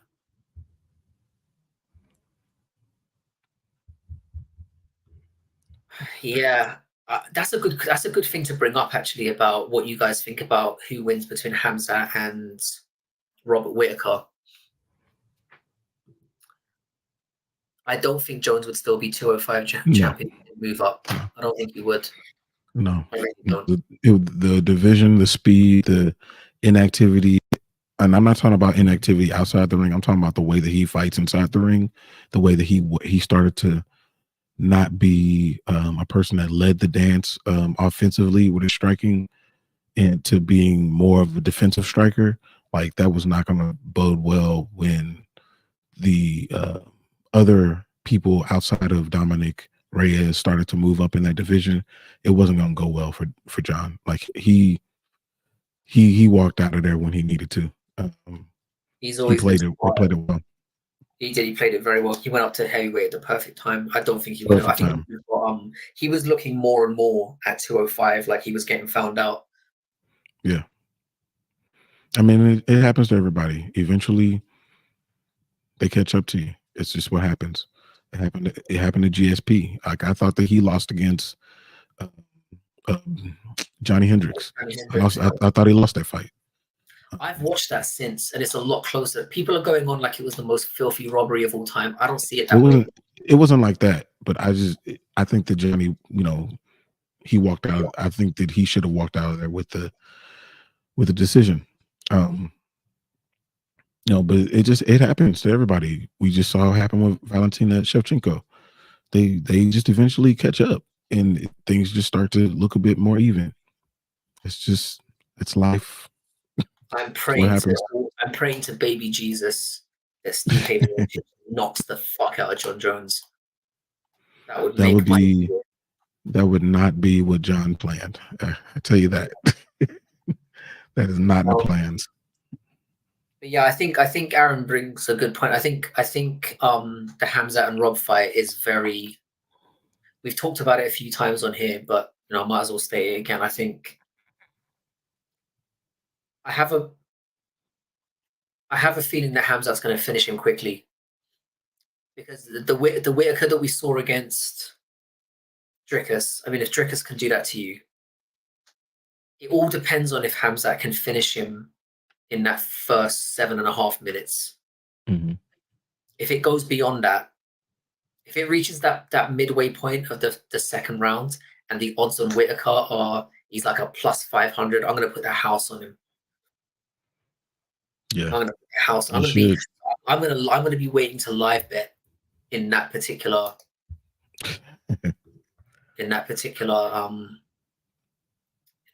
fight. Yeah, I'll probably stay on for a little bit.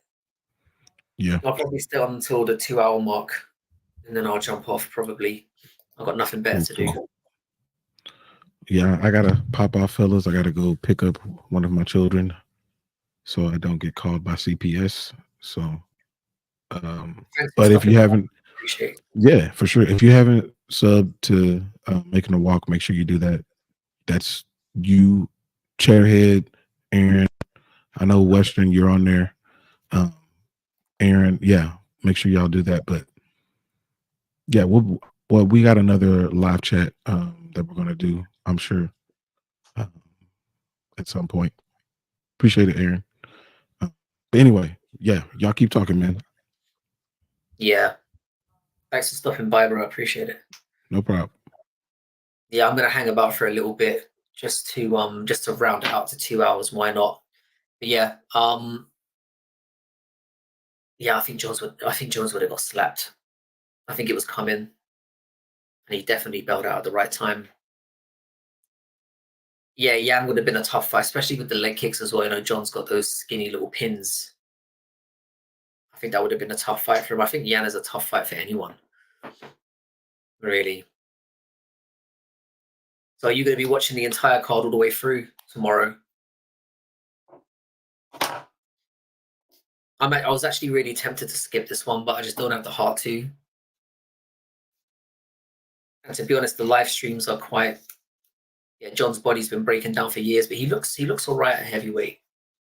You know, he doesn't have to condition as much. Can just, you know, he looks a bit chubby in there, but you know, based on what he did to Ghana, I'm not really liking what is in store for Stipe, but I would love it so much if he got slept. Yeah, I complain about cards a lot, but I never miss them. I never miss them. I usually it's become like my Saturday night routine. But like I said, being in the UK is quite often that I have to stay up until 4 or 5 o'clock in the morning to finish a card out, which is rough going. And I used to do like a reaction directly after. So sometimes I'd be up until 7 or 8, like getting a reaction video up and stuff, and it just was terrible. Yeah. But you know, it's like we say, usually the cards that you expect to be the stinkiest usually deliver. I'm looking forward to seeing Shepe Mariscal fight tomorrow. And the odds on him are closing by the second. So I think I'm going to put a little something on him. I think Shepe is a good one to bet on. Um, Alex Hernandez, I'm not sure about now. And that weight cut's gone really bad. I wasn't going to bet on him anyway. I don't trust that guy. And the main event, I really like that plus 2.5. I think it's going to go over. I just have a feeling they're gonna be very patient and see that going over plus 2.5. But now we've just got to get through one more piece of shit card, and then then we've got 300, and then we've got another 4 or 5 shit cards after that. So there's a lot of stake on 300 going well. So hopefully Jamal Hill's Achilles holds up in there. Yeah, I'm looking forward to it. I'm definitely going to see you guys inside Musical MMA's chat as well. It's become a regular thing going in there now. I love that chat. It's so chilled. I'm surprised I hadn't heard of him up until then. That video you sent me, Weston, is I loved it. And now I didn't realize what a bellend that guy was. Absolute asshole. The thrill and agony of being a UFC fan. The thing is, yeah, like it kills watching boxing. Like boxing's become unwatchable these days. And I grew up on boxing, so it's like I needed something to like compared to that. Like MMA is, I mean, what other sport do you get somebody biting somebody in the middle of a fight? You know, I don't see that every day. So it's the unpredictable nature of MMA that I'm just so attracted to. I can't stay away. So yeah, the thrill and agony. Yeah, but no, but thanks for the shout out on that one. I thought that video was very entertaining. I literally watched it from beginning to end that night. And I was like, Weston, you legend. I was delighted. Such a funny video. I need to check out more of his stuff actually, because it's the only video of his I watched. Obviously, I jump on the live streams now, but yeah, UFC is my drug of choice. Do you Weston? Do you watch much else? Do you watch like anything with One or anything with Bellator or anything like that? Most people don't admit it when they watch Bellator, but there are a lot of my favorite fighters are in that organization, like Jason Jackson and Ruffion Stotts are two people that I really like.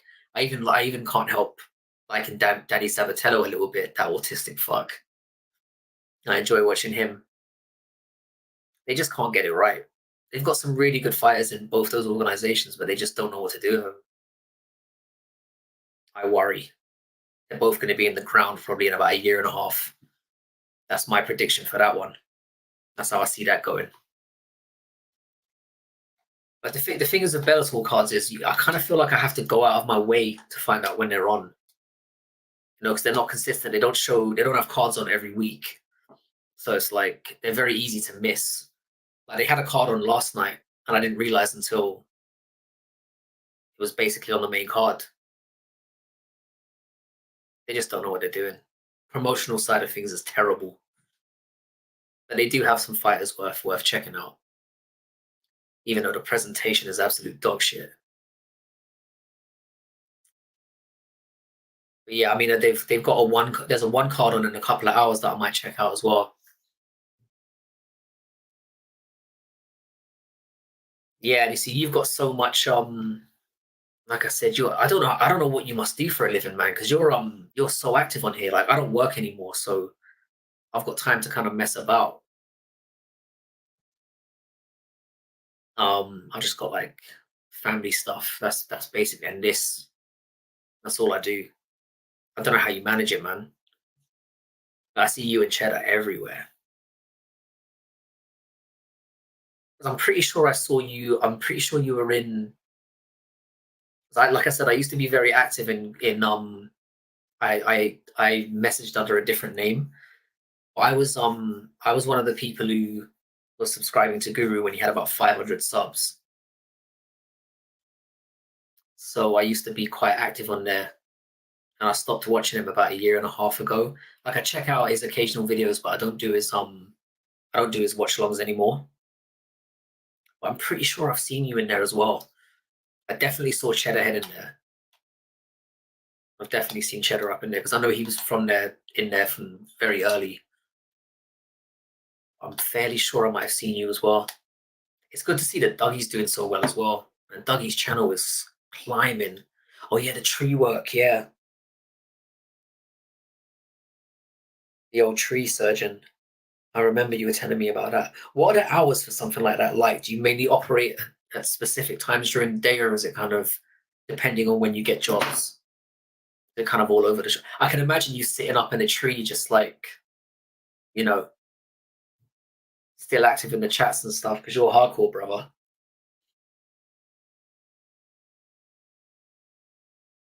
I don't know why I would hold a phone like that. I don't know who holds a phone like that. But no, I remember you were telling me about the tree surgeon stuff. That sounds fucking epic, man. Being outside. Okay. So it's kind of right. So you just randomly get booked jobs and then depends on that. That's pretty sweet. That's pretty sweet. Yeah, like I said, it's nice to be able to have something where you've got time to do this kind of stuff because I used to have hell trying to watch cards and then because I used to live in China, so that the cards were on at a really weird time. Like they'd be on at like 8 o'clock in the morning sometimes or 10 o'clock in the morning. So I'd be at work and sometimes I'd have to like be watching it on the sly. It wasn't easy. Let me see. So that's you and your. I can't. Hang on. Let me try and see if I can pull this. You must be jacked as fuck doing that job. You must be jacket.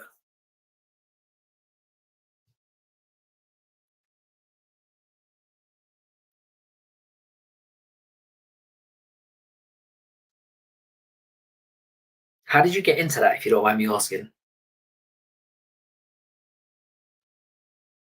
I know a guy a bit. The thing is, there's money to be made out here. There is, especially niche stuff like that. Can make a killing.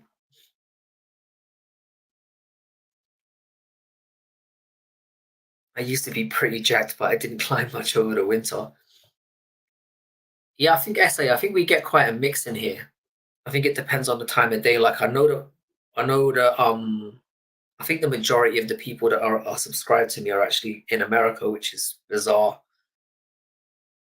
I guess it just shows where the fan bases are up. I've got a few people who come in here regularly to do like do you remember in the last live stream I did, there was a guy who pitched up in the chat who was like literally living around the corner from where I grew up in London.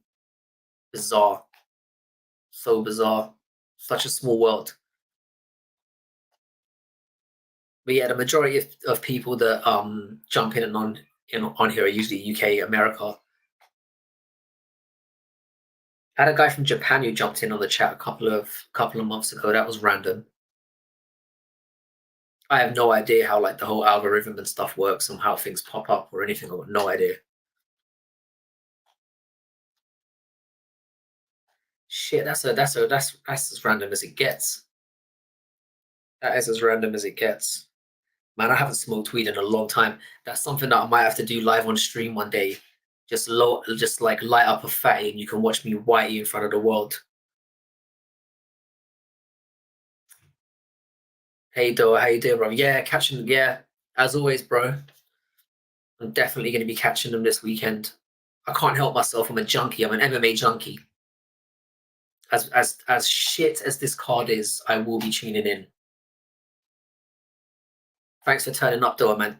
Try and turn up for the live stream as well if you can. Be great to have you along. I'm always game for having anyone in who's really active.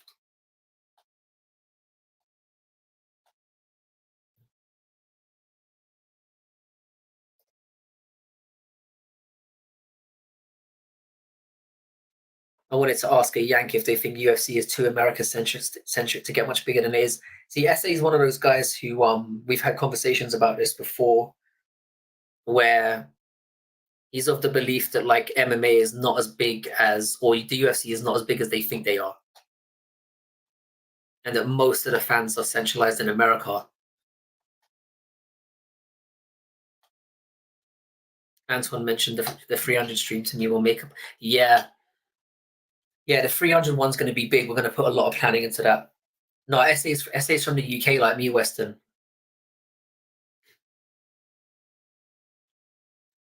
I've known SA for like, how long has it been now, bro? Like nearly 30 years, something like that. Known each other for a long time. No, I'm not from the colonies. Yeah, no, SA is actually very new to MMA. He's only started watching it over the last couple of months, sporadically. He's the boxing encyclopedia. But he's showing some support to his boy, I guess. Or he's just here to troll. But yeah, Dora, I'm definitely going to check him out this weekend. I cannot help myself. It might turn out to be good, you know. Somebody might bite somebody again. I can't miss that. You know, somebody might try to finger somebody's butthole. I want to be around for when that happens. I've got a fear of missing out, you know. And to be fair, like I usually get fucking loaded during the cards. So it's always entertaining because like I never remember what I've said. Like usually about 20 minutes in, I'm absolutely fucked off my nut. And just everything comes out. I come straight out of the closet. That's what I've discovered as well. Yeah, the colonies, man. It's nice having such a mix in it. You don't get that anywhere else. Like being on here, that's one of the most kind of exciting things about it. Just having people from all over the place just talking shit in the same space. And it's like I said, a lot of people. It used to be really fun to go up in the Guru's chat, but you can't get your voice heard in there anymore. So I kind of stop. I prefer to go to places like to Music Corner or to Dougie's. Sorry, to Music MMA or to Dougie's Corner because you can just have conversations with people.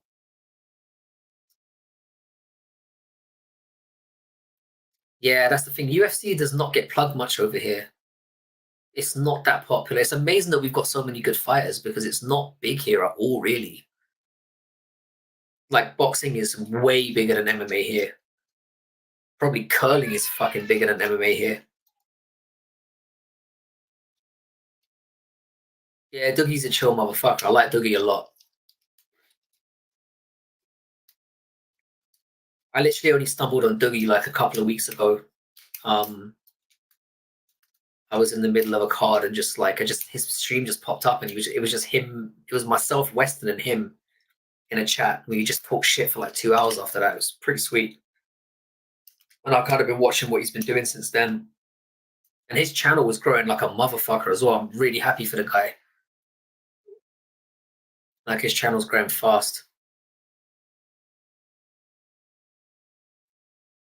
Like mine tends to go up and down. Whenever I release a bait video about like John Jones or somebody, that's usually when I get a little bit of a boost. But generally the stuff that we do here is more niche, so it doesn't really get much traction, but we talk about the things that we want to talk about, and that's what matters.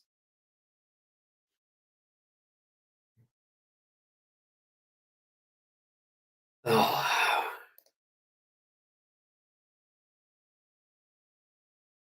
Yeah, Chris is there's something wrong with Chris Curtis. He's way too that guy is a whiny bitch. It's so weird because you see him on the podcast and he's very entertaining. Seems like a down to earth guy, but then as soon as he gets inside the cage and people start doing what he doesn't expect or want them to do, the guy instantly starts crying and moaning. I can't stand whingers. I can't take it. So even though I picked Chris Curtis to win on the weekend, I wouldn't mind seeing him get chinned. But also the thing is, Brandon Allen's a bit of a dickhead as well. So it's like pick your poison. You got to do what you enjoy 100%. I mean, we do talk. Oh, Chris Weidman. The thing is, yeah, like I'm glad you brought this up about Chris Weidman because watching the fight, I mean, obviously the eye pokes were really egregious, and it probably should have been stopped at that point. But Chris Weidman was beating his ass for most of that fight. I thought he was going to get curb stomped. I thought Chris Weidman was going to get soundly beaten and that he'd retire.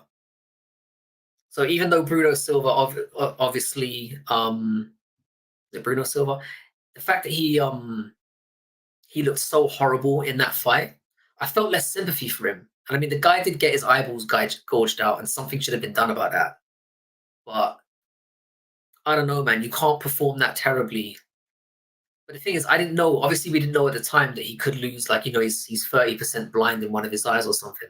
And I think the fact that Chris Weidman has come out after that and been very unsympathetic when he's basically half blinded the guy, I didn't like that too much. But Chris Weidman's a meathead as well. He's not the brightest, so I guess it wasn't all that surprising. Do you think they're going to overturn it? Do you think they're going to overturn that?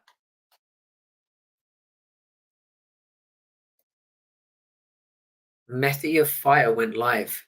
Who's Method of Fire? Is that somebody else I need to check out, Weston? Method of Fire. Who's that? The cold ass name, Method of Fire. To be fair, your recommendations are usually solid, so I'm willing to give that a shot. But yeah, I don't. Oh, Jesse on Fire. I don't like him. I don't like Jesse on Fire. The thing is of Jesse on Fire is he obviously had a little bit of money behind him, and he was like aggressively advertising when he first came out. I find the guy to be fucking annoying. I'll be honest. There was a very brief period of like 2 weeks where I enjoyed watching some of his stuff, but he acts like a hyperactive fucking teenager. And the guy must be 50. I just find him a bit annoying. I find him a little bit too much of a beggar. He's a bit of a, yeah, I just don't like the guy. I've got very strong opinions on people that you'll find like I'm not as a big of a fan of the Guru as I used to be, but you know he's great at what he does. Jesse on Fire, I can't stand. Um, MMA Joey as well. I can't stand that fat fuck as well. Sorry to sound so rude, but I can't stand it. I can't stand the guy at all. I might try and go live and get banned. Wouldn't be too hard, especially with MMA Joey. He's a very sensitive little chap. Put it that way. But no, Jesse on Fire. I can't stand him. I can't stand him. He's tolerable, I guess, compared to MMA Joey, but nah. No, I prefer the smaller YouTubers now. Or the teeny tiny YouTubers like myself, you know. Yeah, MMA Joey is unwatchable. I can't stand him. I cannot stand that guy. Maybe I'm being a bit harsh here, but I don't think you can be that unhealthy looking and talk shit about people fighting. When you probably have trouble getting up the stairs, you fat fuck, you can't be criticizing professional fighters. That's my opinion on MMA Joey. So yeah, I just can't watch the guy. And his videos are all the same shit. It's like, oh, who should get cut, and you know, it's just all clickbaity bullshit. And then he just spends the entire time whining, which is what I'm doing right now. But no, I can't stomach the guy. I cannot stomach the guy. I think he's awful. Yeah. Do you guys have any other recommendations of YouTubers that are worth checking out? Because honestly, there's a lot of people that I hadn't heard of that are great. Like I know that musical MMA isn't MMA specific content, you know, it's more music based, but very chill community there. And obviously Dougie's somebody that I really like now. Um, is there anybody you guys can recommend that are worth checking out? MMA content wise? Because to be honest with YouTube, I mostly fuck with MMA. I don't really use it for much else. I'm usually just trawling for good MMA guys. It's really nice to see Dora in here as well. Dora, I've checked out some of your content, bro, and I like your so you're into like collecting and stuff like that, from what I understand. It's like um card collecting and stuff like that, from what I can gather. Somebody you might want to talk to is there's a guy called Mikey who comes on here. He's a very avid card collector. He's very heavily into it. I'm more into the game collecting myself. I could probably do a whole channel about that shit as well, but I don't think I've got the time. Prefer to stick to the MMA.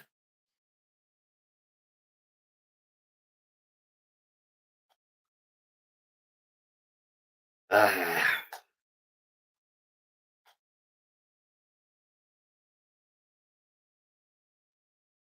Again, I'm really chuffed with the turnout. We had 15 people in here at one point. Still blows my mind that anybody turns up for this stuff. It's really cool. But yeah, if there's anything that you guys can recommend MMA wise, people who make MMA content, I'm always on the lookout for that.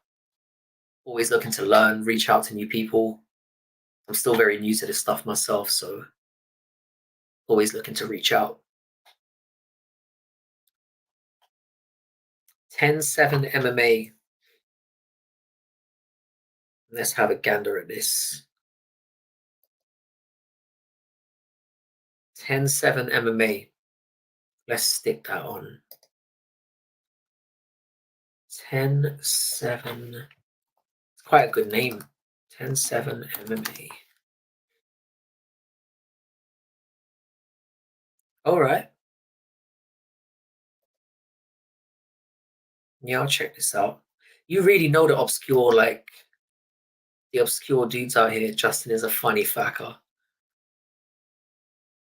Yeah, I'm gonna subscribe to this lad as well. Be surprised what I like, man. I'm kind of into I kind of like quirky humor. Kind of like a bit of quirky humor. I'll check him out for sure.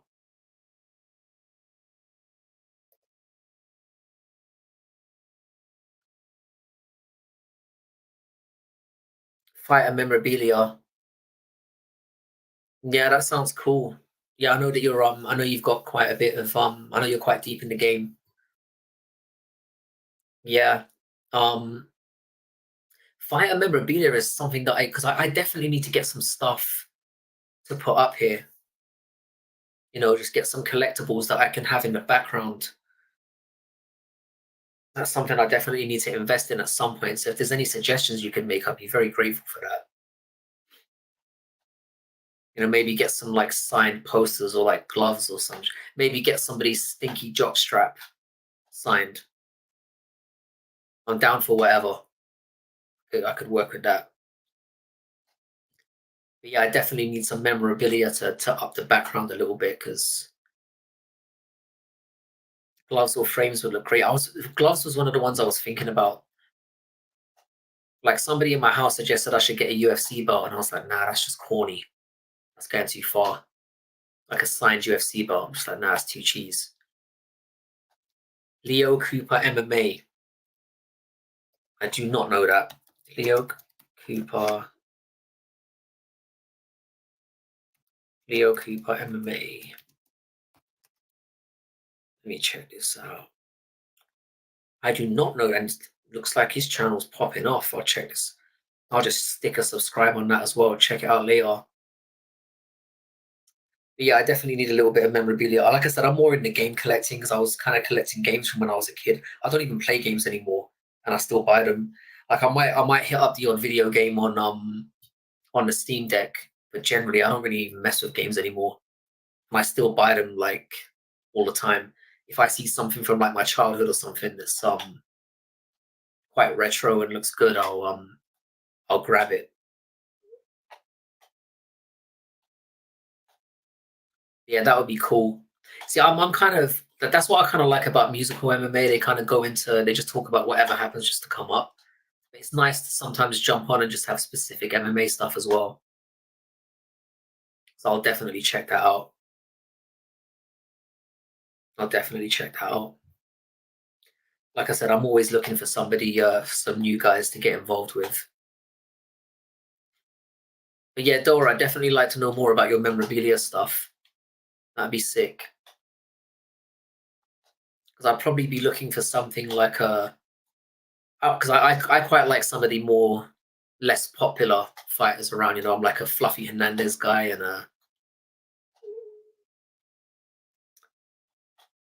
I do have a couple of PS2 games. I've got the main bulk of my collection. I've got like a lot of N64, SNES stuff. I've got a lot of Dreamcast. I've got a lot of PSVR, like some high dollar ones as well. I've got like a copy of Breached and Cleared that's worth like $500 on PSVR. Um, I've only got like a handful. A sealed Silent Hill 2 would be fucking sweet. Or Silent Hill 1, is it? I wasn't a big fan of Silent Hill.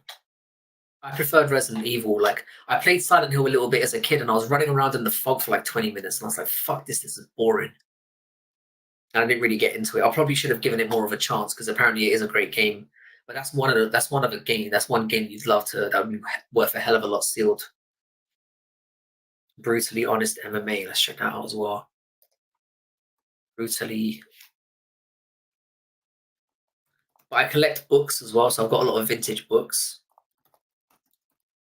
Let's see this. Yep, I'll jump on that as well. Brutally Honest MMA. Yeah, so it's mostly like gaming for me. It's mostly the older stuff.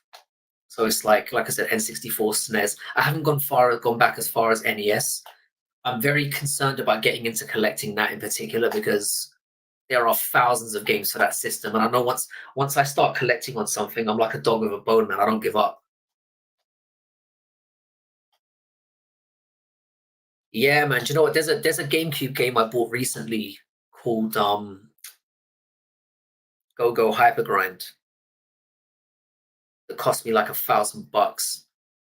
It was sealed, but like that hurt my soul because I'm a big fan of like Atlas and that company. So that's the most money I've ever spent on a game, and I had to get it shipped from the US. Couldn't help myself. It's something that I've wanted to add to the collection for a long time.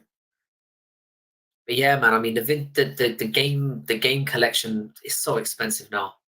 It's got totally out of control. And the thing is, yeah, I know I kind of see it as a little bit of an investment, but at the same time, I don't think I'd ever sell them. I don't think I'd ever. I'm too attached to them to sell them. So I guess the first person to grab them when I'm in the ground is gonna have a good time. They're gonna have a good day.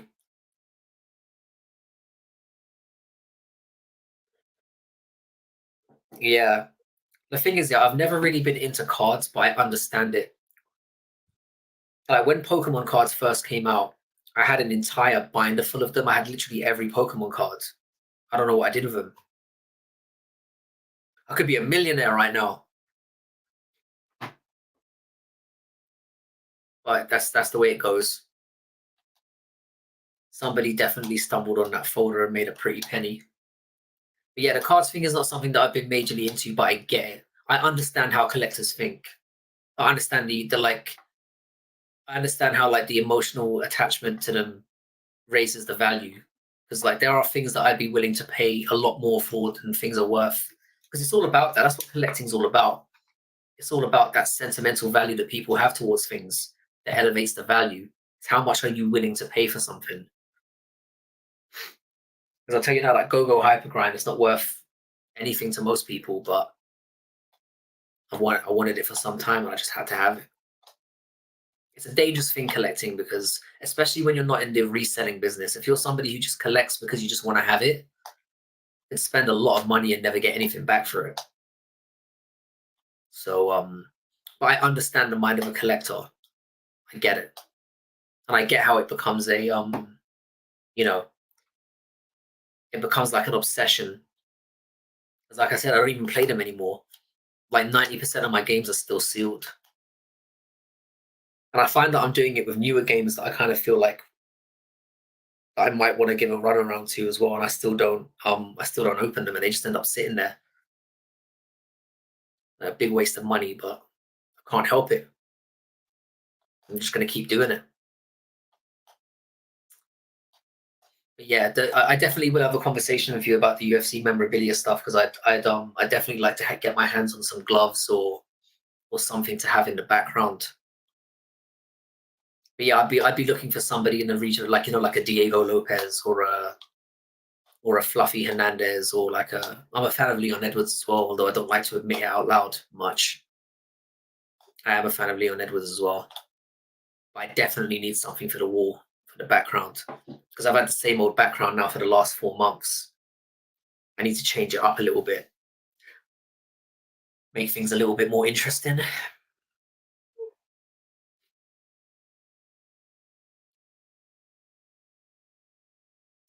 But yeah, thanks again to everyone who stopped by. We will be doing a live stream tomorrow for what I think is the worst card of the year. So anyone who happens to be around, please stop by. Like I said, I usually get blind drunk and it gets pretty entertaining.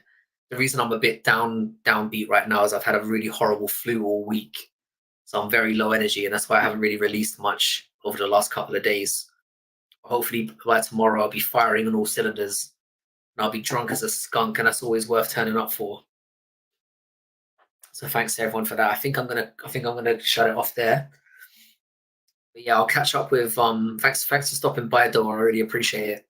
And Weston, I'll probably see you in musical MMA at some point today. I don't know if he's planning on streaming today. I know he usually does in the evening. So I'll probably jump in at some point. But yeah, thanks to everyone who stopped by. Really appreciate every single one of you. And if you ever get the chance to share the channel to everyone, that would be really great because things are growing. They're growing kind of slowly, but we're on the right track. So every little bit helps. So thanks to everyone who gets involved. So yeah, we'll catch you tomorrow for the live stream. And yeah, thanks a lot. Thanks a lot, everyone. Thanks, Doa. Hope you have a good meeting, brother. And thanks as always to Weston for stopping by and to everyone else who did as well. SA, Jamie. Thanks a lot to everyone. And yeah, we'll see you tomorrow. Take it easy, guys.